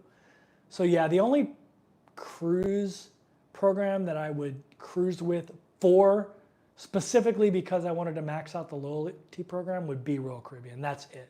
None of the other ones have loyalty programs that are worth it, in my opinion. And that includes Princess. Like I'm glad I have some of the perks I get, like, but I would trade them for other perks. Like one of the perks I have with Princess is I get a free mini bar every time I show up. I don't drink alcohol, so there's always a mini bar in there. And so I just call down and say, just bring me all Diet Cokes and water. So they do. They give me like 10 Diet Cokes and 10 waters, which is great. It's free. Makes me happy. I don't get a drink package, so it's great. I like Diet Coke, and I like, free water. But yeah, I would trade that for free internet for sure. The only one that's super valuable for me on Princess is free laundry.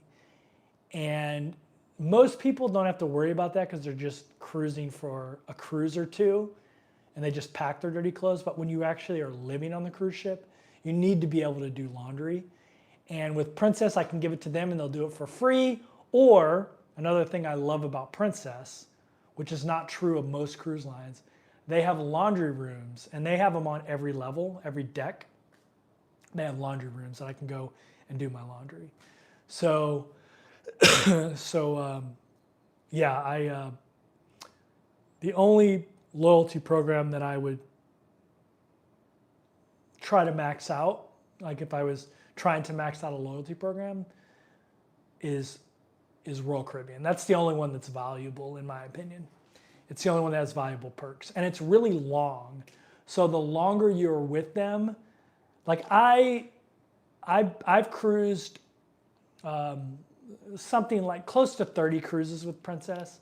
If you look at my Princess counter, it says I've done 53 cruises with them, but that's because I'm a solo cruiser and I get double cruise credit.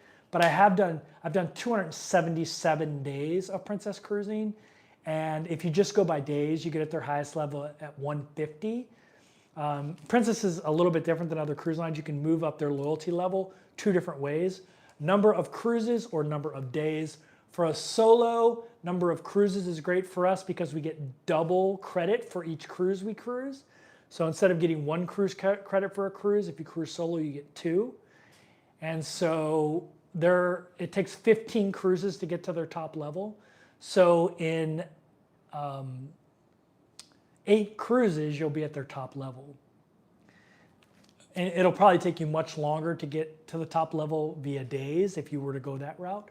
But you can, either way works. Whichever one is higher is the one that gives you your level. Well, with Princess, you'll max out your level. Like I said, I maxed it out after 8 cruises. I have, way like quadruple that. And so I wish they would add more levels. And Princess has a ton of elites, a ton of people at the highest level. And when I say that, people kind of go, oh, I don't want them to take away elite. And I'm not saying to take away elite. I'm saying keep elite and platinum exactly the same as they are. Just add some more levels and add some more benefits. So maybe call it Elite Plus. And at Elite Plus, you get completely free internet and 2 free drinks a day. Like Royal Caribbean does 4 free drinks a day at a similar level. And then at another level, I don't know, add some other benefits, whatever there's a ton of things you could add to it that, in my opinion, keep people loyal to your cruise line. The one reason why people are so loyal to Royal Caribbean isn't because they have better ships or better itineraries or better customer service. It's because they have a really good loyalty program. It pays to cruise with Royal. Their loyalty program is long. You have to have over 700 cruise days to get to their top level. And the benefits you get at the different levels once you hit Diamond they're really good benefits. They're benefits that will save you money, where most of the Princess benefits are just BS benefits, like head of the line privilege somewhere, and it doesn't really matter because there's never a line. So I got a super chat here, so I need to acknowledge that. I appreciate that. Let me do it here. Oh, it's Gator Jake. Oh, thanks, man. Go to Makati and hit Freddie Aguilar's place, the Hobbit House. Get a Diet Coke or coffee and relax. That sounds like something I'd really like. I'm a big fantasy guy, J.R.R. Tolkien. When I was growing up, like everyone loves Harry Potter now, but The Hobbit, first The Hobbit and then Lord of the Rings were my Harry Potter, and also C.S. Lewis's Lion, the Witch, and the Wardrobe books as well, Narnia books were my Harry Potter when I was growing up. So any place that has that kind of theme, I would love. All right.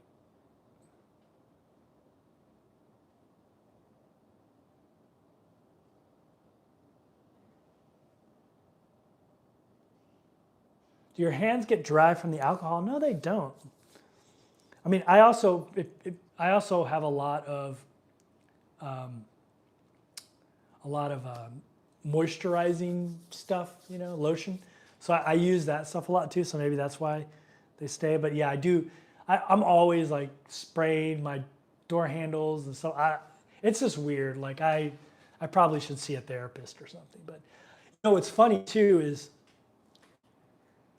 if you ask my mother, when I was growing up, I was the dirty one, right? I was like, my room was never clean. There was like a million like dirty dishes underneath my bed. My room was always a mess. All my siblings were much cleaner than me, especially my sister. And now I am by far the cleanest. It isn't even close.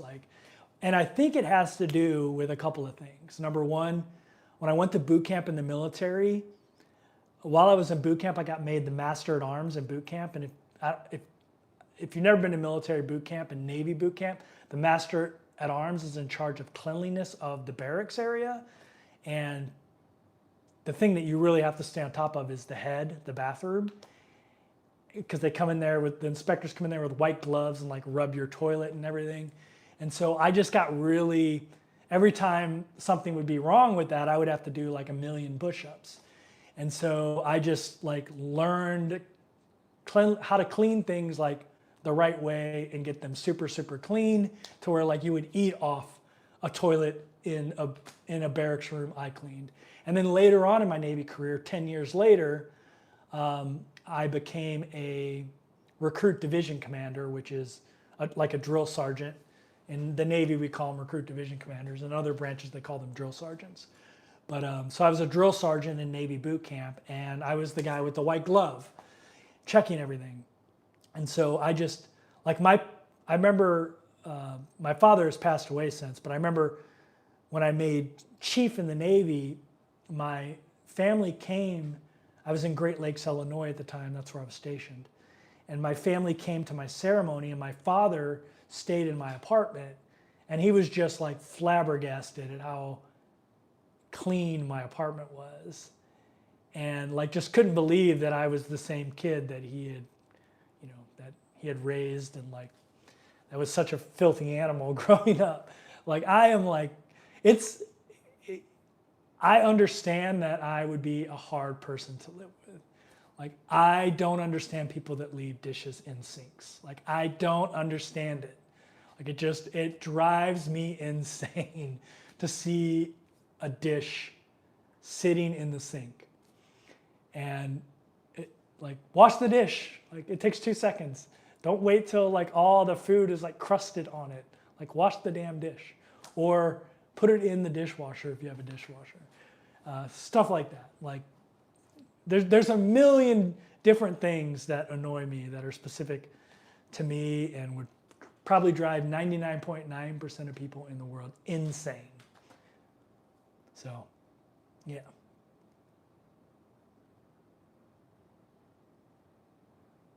Brother, you're like Howie Mandel.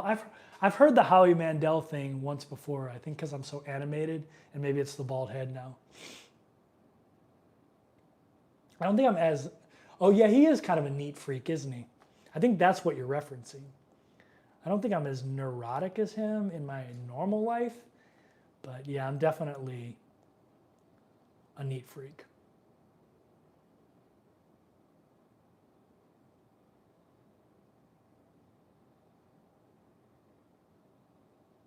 Finn West says, thanks for doing this live stream. I'm off for my morning exercise and meet up with a couple of friends who are visiting here in Bangkok from Honolulu. Very cool. Tell them I said aloha. For those that don't know, I lived in Hawaii for almost 10 years. It's like kind of my home away from home. I kind of grew up there, like came of age there as an adult. I moved there as a teenager in the military and stayed there almost my first 10 years. With a little break, a 2-year break living in Italy. I will visit the Philippines for the first time in March, going to BGC and Cebu. That'll be cool. You'll get to see the contrast. I mean, there are people that absolutely adore Cebu. So you'll get to see Cebu and BGC and kind of like compare and contrast. Getter says, I spent 2 years in the Philippines without living there. I love Filipino people. They're among the best. I agree with you, Jake, 100%. And even though the food, I would not call the food healthy at all. It's probably some of the worst food for you, but it's so good. Like, there's nothing better than like some pancit and some lumpia. Just really good.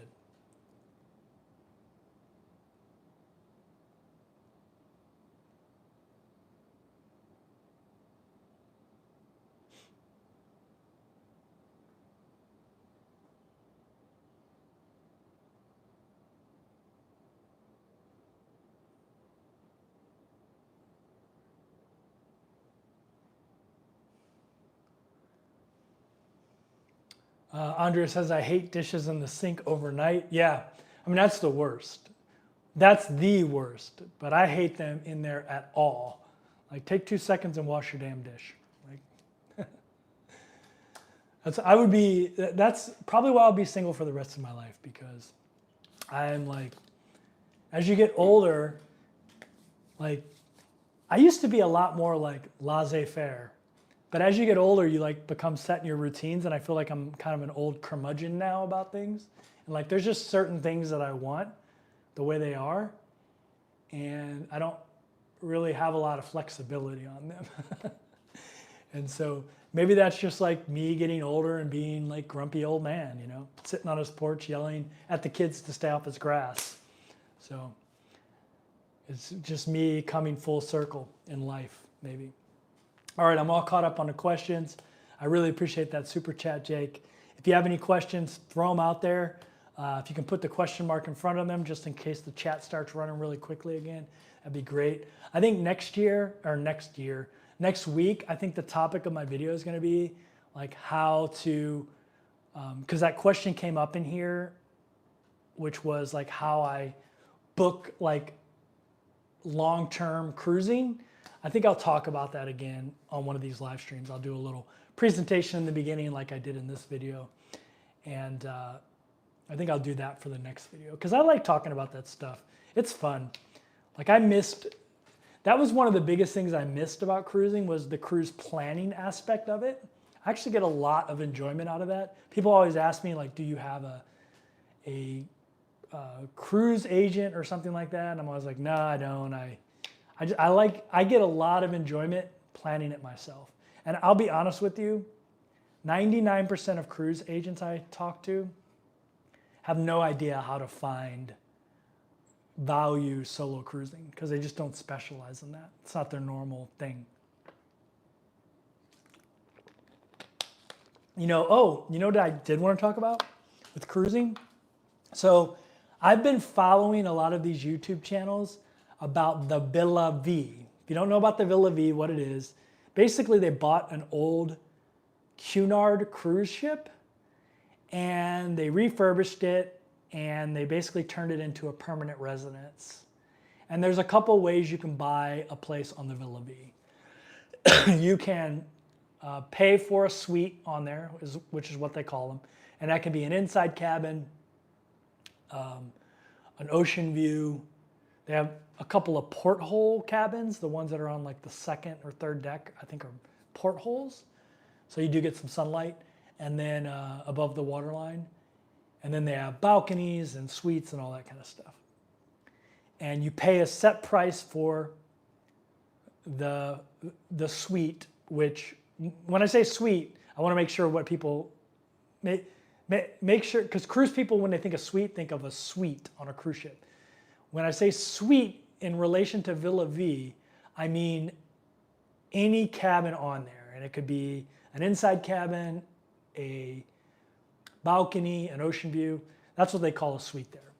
So the cheapest suite on board is $129,000. And basically you own that suite for 15 years. And you pay a monthly fee. For the inside cabin, it's $2,500 a month for a solo, which is actually a pretty affordable price. Cruising full time on a world cruise. It's a 4-year cruise, by the way, that they have scheduled right now. And it's just basically hopping around the world. And they stay multiple days a lot of times. And so the idea interests me. The only problem with it is, I mentioned that it's $2,500 a month for an inside cabin for a solo. If I was a couple, I was with, I had my significant other, my wife or whatever, or girlfriend, and she wanted to do it. I don't have one of those. I'm just saying a fictional version of that person. Then it would be like $3,700 a month. So obviously cheaper per person. As you go up in cabin, it gets much more expensive for the solo, which annoys me. So for the ocean view, and the porthole ones, it jumps up to $4,000 a month monthly fee. The cabins are a little bit more expensive, which I don't mind the upfront cost. But then the monthly fee is $4,000 a month from $2,500 a month for the inside. And I'm like, I'm not going to eat any more food. I'm not, like, nothing changes. And then when you go up to the balcony, like, the balcony is just out of the question for me because I could cruise cheaper on like brand new cruise ships because the monthly fee is like, for a solo is, I want to say it's like $7,000 a month, maybe $8,000 a month. I think it's $7,000. I think it's $7,000 a month. That's just out of the question for me. Like, I'm not spending $7,000 a month to cruise when you have to pay a ton of money up front. I think a balcony is like $300,000. If it was the same $2,500 fee for all the different levels of cabin, or maybe just a little bit more up, like maybe $2,500 to $3,000, because like your lifestyle doesn't change. I don't understand the huge cost increase. Maybe it's because I don't know. I don't know. But you guys know I don't mind an inside cabin, but you get to decorate them however you want. You're not stuck with the cruise ship design, which I think is pretty cool. Some of the cabins, I've been pretty fascinated by it. There's like a few YouTube channels. One of the cruise channels, I've actually met the people, and I'm trying to think of their name. Oh my God, this is going to drive me nuts. I met them on Island Princess. They were not YouTubers yet, though. It's a husband and wife. That's almost all of them, by the way, all the YouTubers on Villa V. There's actually one family on there now with their 2 daughters, their 2 teenage daughters. So they're like the first family that's moved on board. But anyway, there's like 4 or 5 vloggers. I think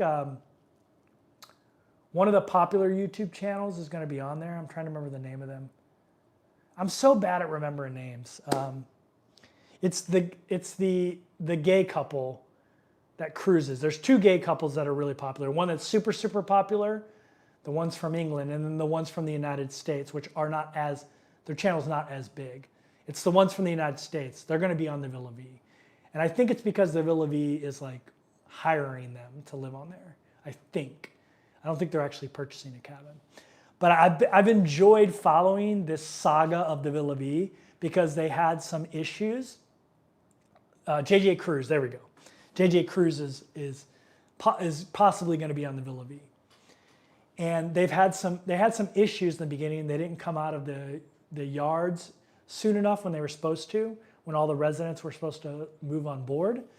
They were sailing from Belfast, which is where the ship got all the work done to it. And they didn't get out when they were supposed to. There was a long delay, like a couple months. They paid for people that came over there. They paid for their hotels and all that stuff. But there was a whole lot of controversy in the beginning about Villa V. But now they're in the water, they're cruising. They've had some issues with their RO. I was in the Navy, so I know all this stuff, especially on an older ship. So an RO is a reverse osmosis machine. It's the machine that makes water. And they had some issues with it. And that happens a lot of times with these older RO machines. And so I assume that it's going to be a problem that they're dealing with in the future. Because if they didn't replace the RO, I was on older ships with ROs, and they just have a lot of problems because they get scaling inside of them. So I think that's going to be a constant issue on there, where they're having trouble making fresh water. But we'll see. We'll see. Supposedly they got it fixed. But it's been interesting following that saga. And I know I've said in the past that I would never do something like that. But watching some of these vloggers on there, it's kind of convinced me that I wouldn't mind doing it. I just wish it wasn't so expensive for a solo cruiser monthly to get a cabin with any kind of view. The inside cabin, you know, like I'm okay with inside cabins. But if I was going to buy, I would at least want an ocean view at a minimum. And the price jump between an ocean view, the monthly fee, not the price jump in the cost of the cabin, but the price jump in the cost per month, like I think is unfair. Like it's a pretty substantial jump from $2,500 to an ocean view. That's the exact same size cabin on the same deck, as a matter of fact. And then it goes up to $4,000 a month. That's like a big jump, in my opinion, to how much it costs.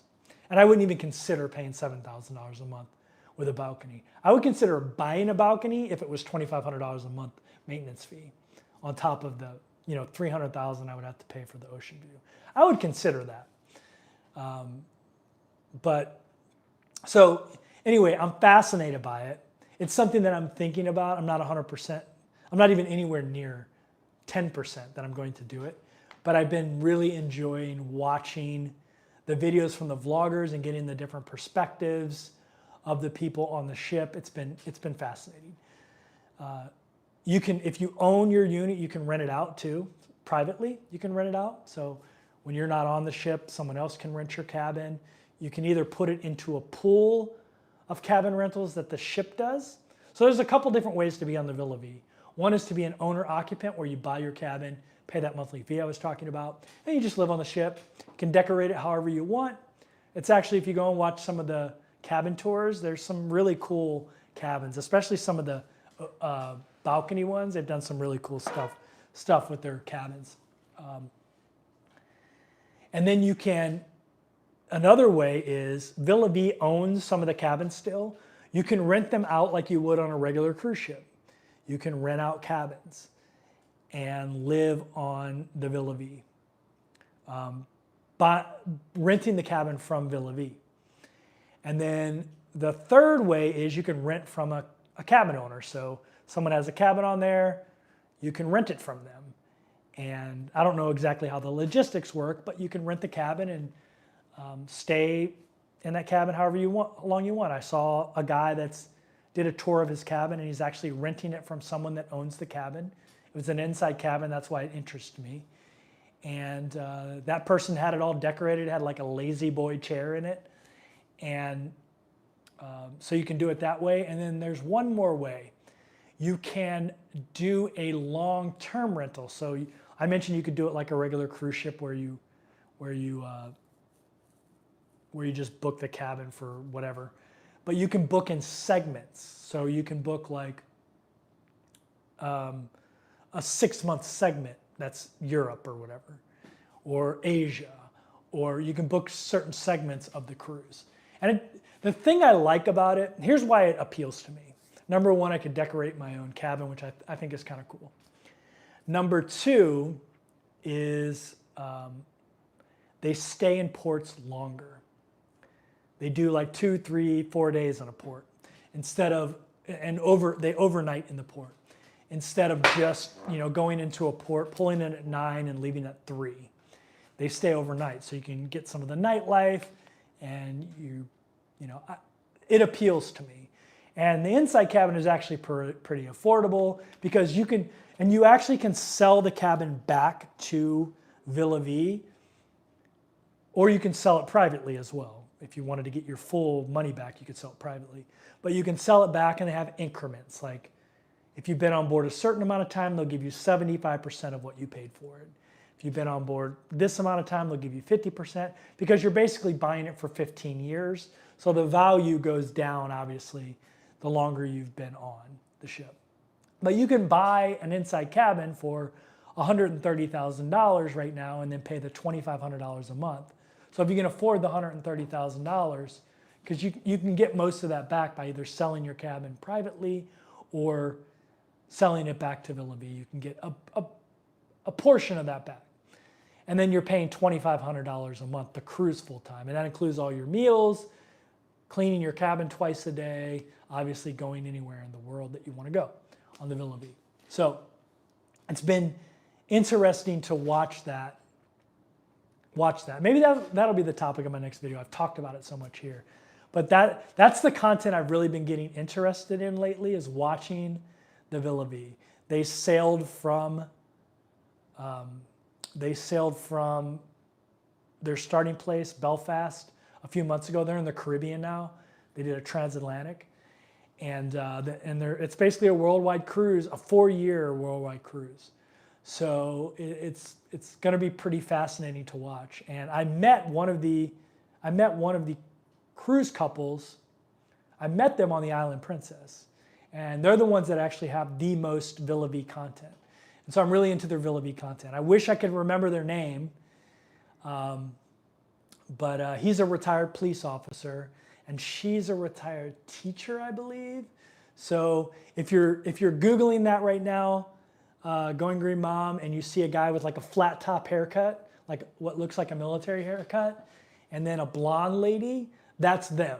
So if you can find that, I hate that I can't remember it. It's their name. It's like their name and then cruising, but they're on the Villa V. And I met them on Island Princess when I did a transatlantic. Before they had a YouTube channel, I met them. So it's really cool seeing them make YouTube videos. And if you guys are interested in that, give them a follow and say, hey, 30 and a Wake Up sent me over here to check out you guys' videos.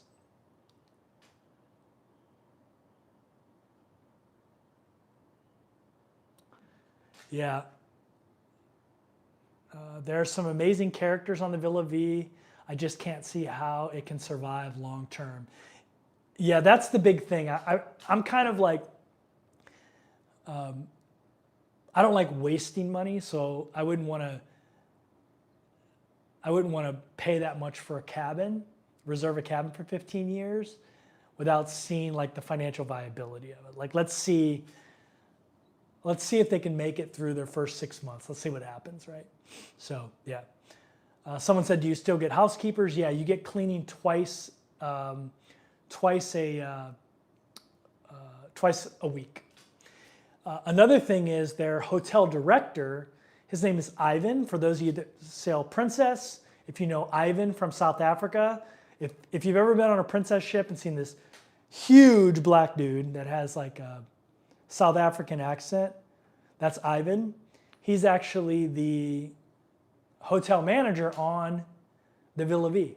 So I know him from Princess Cruises because he was on a lot of Princess cruise ships I've been on. He was like one of their top hotel managers. So I've seen him many times on Princess. And that's one of the things that made me say, oh, well, maybe I'll consider this because I know how like professional he was on the Princess ships I've been on.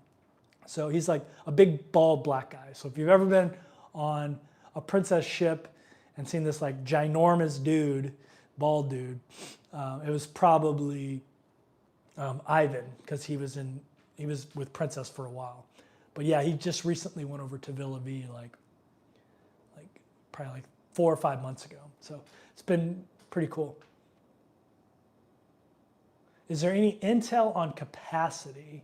I don't know. It looks like it's like the size of Island Princess cruise ship. So I'd probably say like maybe 2,000 passengers, maybe. It's a smaller cruise ship. It's actually one of those cruise ships that was extended at some point where they put it in the yards, they cut it in half and then made it longer. It's actually one of those. There's a few of those. If you guys have been following me for a while, you saw me ride on an old Royal Caribbean ship that had been extended. And same thing with this one, it had been extended at some point. But I think the capacity is probably somewhere around 2,000 passengers.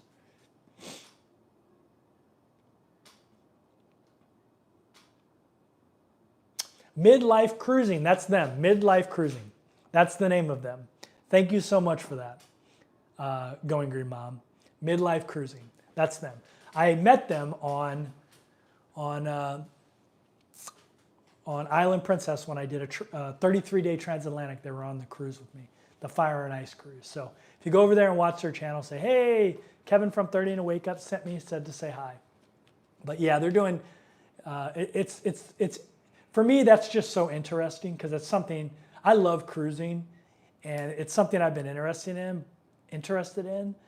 And even if I don't ever do it, watching it interests me. Especially because they had so much drama in the beginning. Not drama, but like delays. And that stuff happens when you're talking about ships. Like ships, that kind of stuff is like hard to execute, especially with an older ship. That kind of stuff's hard to execute. Older ships are, I mean, I was in the Navy on a lot of older ships. And in the Navy, every department does maintenance. And they're hard, those ships are hard to maintain, old ships. Because the ocean and saltwater are vicious. Like they ruin everything. So, and a ship's just constantly being assaulted by salt, salt water. So, have you seen all the chatter about some of the new hires at Princess shaking up the entertainment department? I haven't seen that. What's going on with Princess? Is it good or bad? Thank you for the description. Much easier to find. There we go. Midlife Cruising. Thank you. Thank you for finding that for me. I appreciate that. There's a couple couples doing it, but theirs is I'm not calling them better vloggers, but they just have done more vlogging and they're getting better at it. And so theirs is the more better produced at the moment. I'm sure the other vloggers that are on board will get better at it. And so Villa V allows the residents to vlog, but you have to get permission from anybody that's in your video because they're residents, It'd be like walking around your condo filming residents of your condo. And so I like that they're like, yeah, you can film, but you have to know who doesn't want to be filmed and not film them and not have them in your videos. And so I like that they did that on board. Even though that would make vlogging a pain in the ass for me, as someone who would live there, I would definitely appreciate that. So, Maxine says she thinks she's having a buffering problem, so she'll be back. Well, thanks for stopping in, Maxine. If you have any questions, we have 80 people still in here, so I'll stick around. And if you have any questions, put a bunch of question marks in front of it and ask it just in case the chat starts rolling again. If you have any questions about the stuff I talked about in the beginning of this video, which is BGC, where I'm living right now, van life, cruising, we've been talking a lot about cruising the last hour. I'm going cruising again, for those that don't know. If you're just watching my channel, I lived on cruise ships last year. I quit cruising last April or May, and I've been traveling internationally since then. Well, starting at the end of January, around February timeframe, I'll start cruising again. I'm going on Princess's newest ship, the Sun Princess. I'll be on there for a little bit over a month, 35 days. So if you're cruising on Sun Princess, stop and say hi if you see me in the passageways. And then after that, I'm hopping on Sky Princess and riding her over to Europe and doing some European cruising on her. At the moment, I'm on her for, I think, around 60 days. I would be on her longer, but there's a gap in her cruise schedule, so I'm assuming she's going into the yards, probably in Belfast or somewhere like that, or maybe Southampton, for a couple of weeks, because there's a 2-week gap. So I'm not 100% sure what I'm going to do yet, whether I'm going to stay on cruise ships. We'll see how I feel after my first month of cruising. But I have a lot of options. There are 3 princess ships. There's a ton of ships cruising out of Southampton, but there are 3 princess ships: Sky Princess, Enchanted Princess, and Regal Princess. And so, is it Regal or Royal? One of the two, either Regal or Royal. And so I'll probably jump on one of those. Probably Royal or Regal, whichever one's there, because they're doing the British Isle cruises. Because I'll be running into visa issues with Europe, with the Schengen, however you say it. I'll be running into some visa issues with them. So I'll probably do some British island cruising before hopping on another princess ship that I know is going back in July, which is Majestic Princess, going back to the United States. And then I'll probably do some more cruising. It might be, I don't know. It might be some East Coast cruising, or maybe some West Coast Mexican Riviera cruising, and maybe some Alaskan cruising, although that's what I just did. So I'm not even sure I want to do that. But I really like to ride a ship from the West Coast of the United States over to Asia, which happens around September timeframe. September, October are usually when those trans-Pacific cruises happen. So yeah, I'll probably be on cruise ships a lot this year.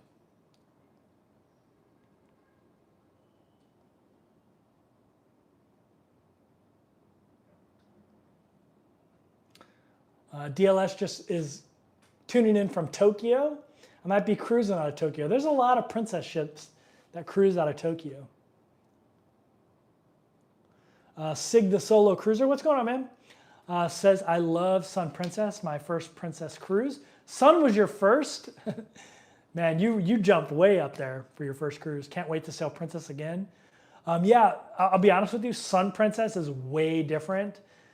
I haven't even been on there yet, and I can just tell from the videos. One of the big differences is the piazza. It's this big round rotunda type piazza. I'm sure you remember.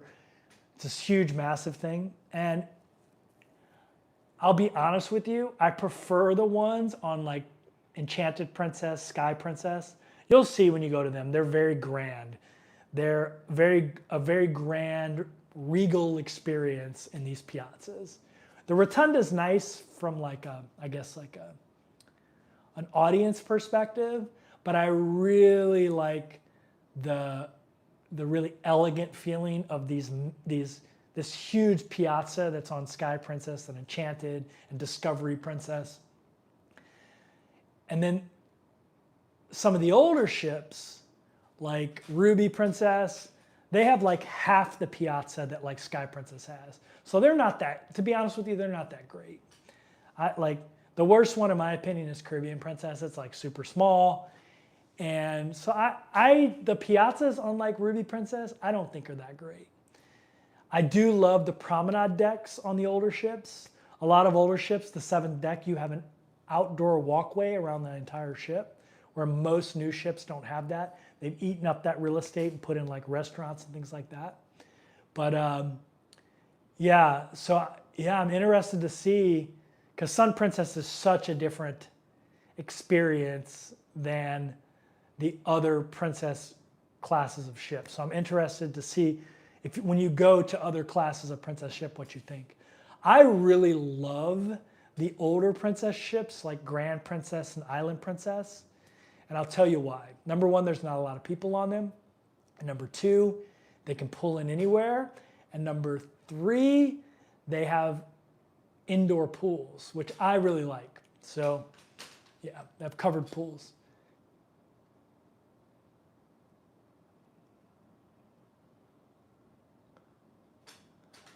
Sig says, I love Sun Princess. Oh, I already read that one.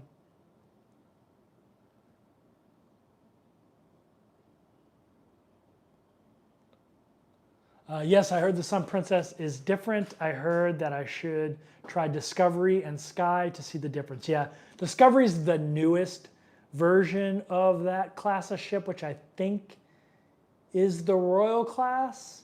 Correct me if I'm wrong, Andrea. It's either the Royal class or the Regal class of ship.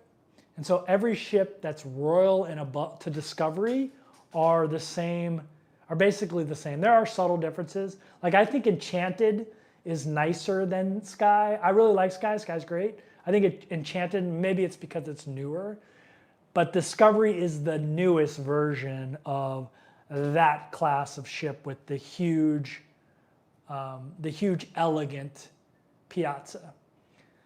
Royal class. There, Andrea corrected me. That's the Royal class ship. So usually classes of ship are named by the first ship in that class when they make a change.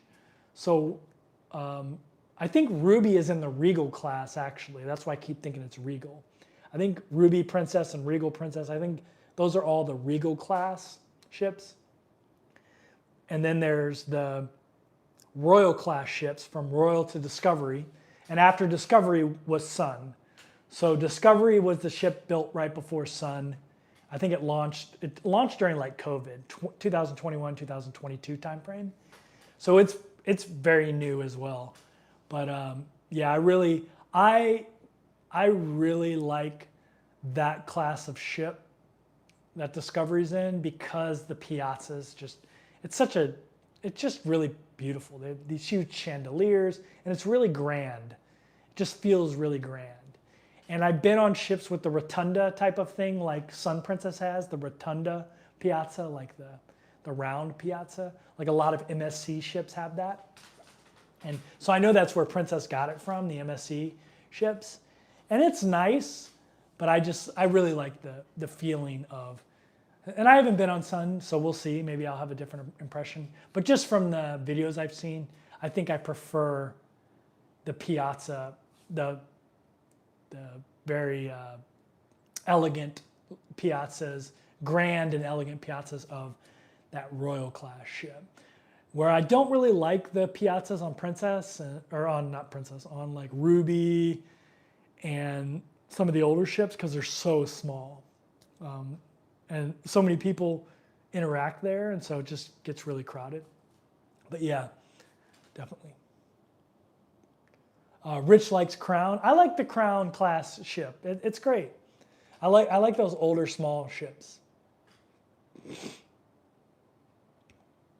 Yeah, I love Grand Princess and I love Island Princess. I don't know what class Island Princess is in. I think it's in the Crown class, but I think it was stretched. I know it was stretched, but I think it's in the Crown class. I'm not 100% sure. And I think Sapphire's also in that Crown class of ship or Grand class of ship. I think. Sapphire, I have to look it up. I don't know. But I really love Grand Princess. They have a restaurant that no other princess ship has, the Bayou Cafe, which is like a Louisiana themed cafe, which I actually really liked. So, yeah. The Static Band is scheduled to be on Sun. I think they were terrific. Nancy, the singer, is a doll. Very cool. Sun is the Sphere class. You're right. It is the Sphere class. That's a diversion from what you historically do with ships. Usually you name a class of ships, and this is almost in all nautical walks of life. Like in the US Navy, same thing.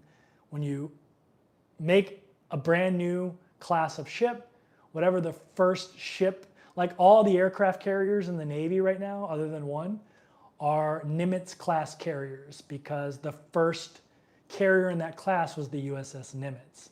Now they have the Gerald S. Ford, which is a new class because it's electric launch. And all of the ships made after that, if they're made the same, will be the Ford class. So, but yeah, usually that's the way it works. But you're right, they did do that. I remember seeing that they're calling it the Sphere class because it has that big sphere in the middle of it. So I get why they're doing it, but I don't like the diversion from tradition. They should just call it the Sun class that has the sphere on it. Personally, that's what I think. Or named it the Sphere Princess, and then they could have called them all Sphere class.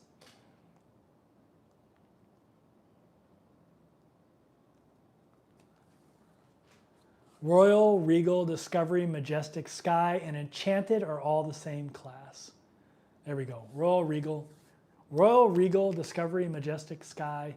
What class is Ruby? What class of ship is Ruby? I thought Ruby was in like the Royal class. So, anyway. Well, the sun is a sphere, right? That's true. The sun is a sphere. That's true. That is true. But it's also a star, but the next ship's name is Star. Yeah, kind of weird, right? So yeah, the Star Princess comes out, and I've actually seen a lot of Star cruises. I thought about going on the Star right away, but it's out of Europe, and I have just left Europe. So I was kind of like, I don't want to go back to Europe. I had already been doing that. I'll be running in the visa issues with the Schengen. But it would have made for good videos. Everyone would have loved to seen the Star. Although I think the Star is almost exactly the same as the Sun. So I don't know how much different they're going to be. But everyone loves seeing the brand new ships. The fanfare with the new ships out of Princess isn't really the same as it is like with Royal Caribbean. With Royal Caribbean, it's like a big deal. Like going on their new ship is a big deal. Like going on the Icon of the Seas, or whatever the new one's going to be. I can't even remember what it is. But it's a big deal, and they're usually much more expensive to go on them. Where Princess, maybe a little bit they are, but then the prices start falling pretty quickly. It's not that much more expensive than the other ships, which is good, which is a good thing. But yeah. Ruby is in the Crown class. That's interesting. I did not know that. Because Ruby is definitely a lot different than Grand. Like much bigger, I think. But maybe Crown is its own class, and Grand, I don't know. I don't know what I'm talking about. Ruby, Crown, and Emerald are Grand class ships. Okay. I mean, then that means Grand is a Grand class ship too, I'd assume. So, okay, good. All right, I think we're gonna call this a day. Per Google, Ruby is a Crown class ship. There we go. Okay, that's good to know. I need to figure that out. Like I know Island, I think Island might be the oldest ship, but I thought Grand was. So anyway, I'm gonna call this a live stream. We've been going for almost 2 hours now. So someone asked me, have I visited Eastwood? If you don't know, Eastwood's kind of like a mini version of BGC. I have not visited Eastwood yet, Irvin, but I need to. There's a lot of YouTube videos about Eastwood here in the Philippines. It's like a mini version of BGC, and it's a little bit more affordable. So, all right, I'm going to jump off here. Thanks for watching, and see you next week.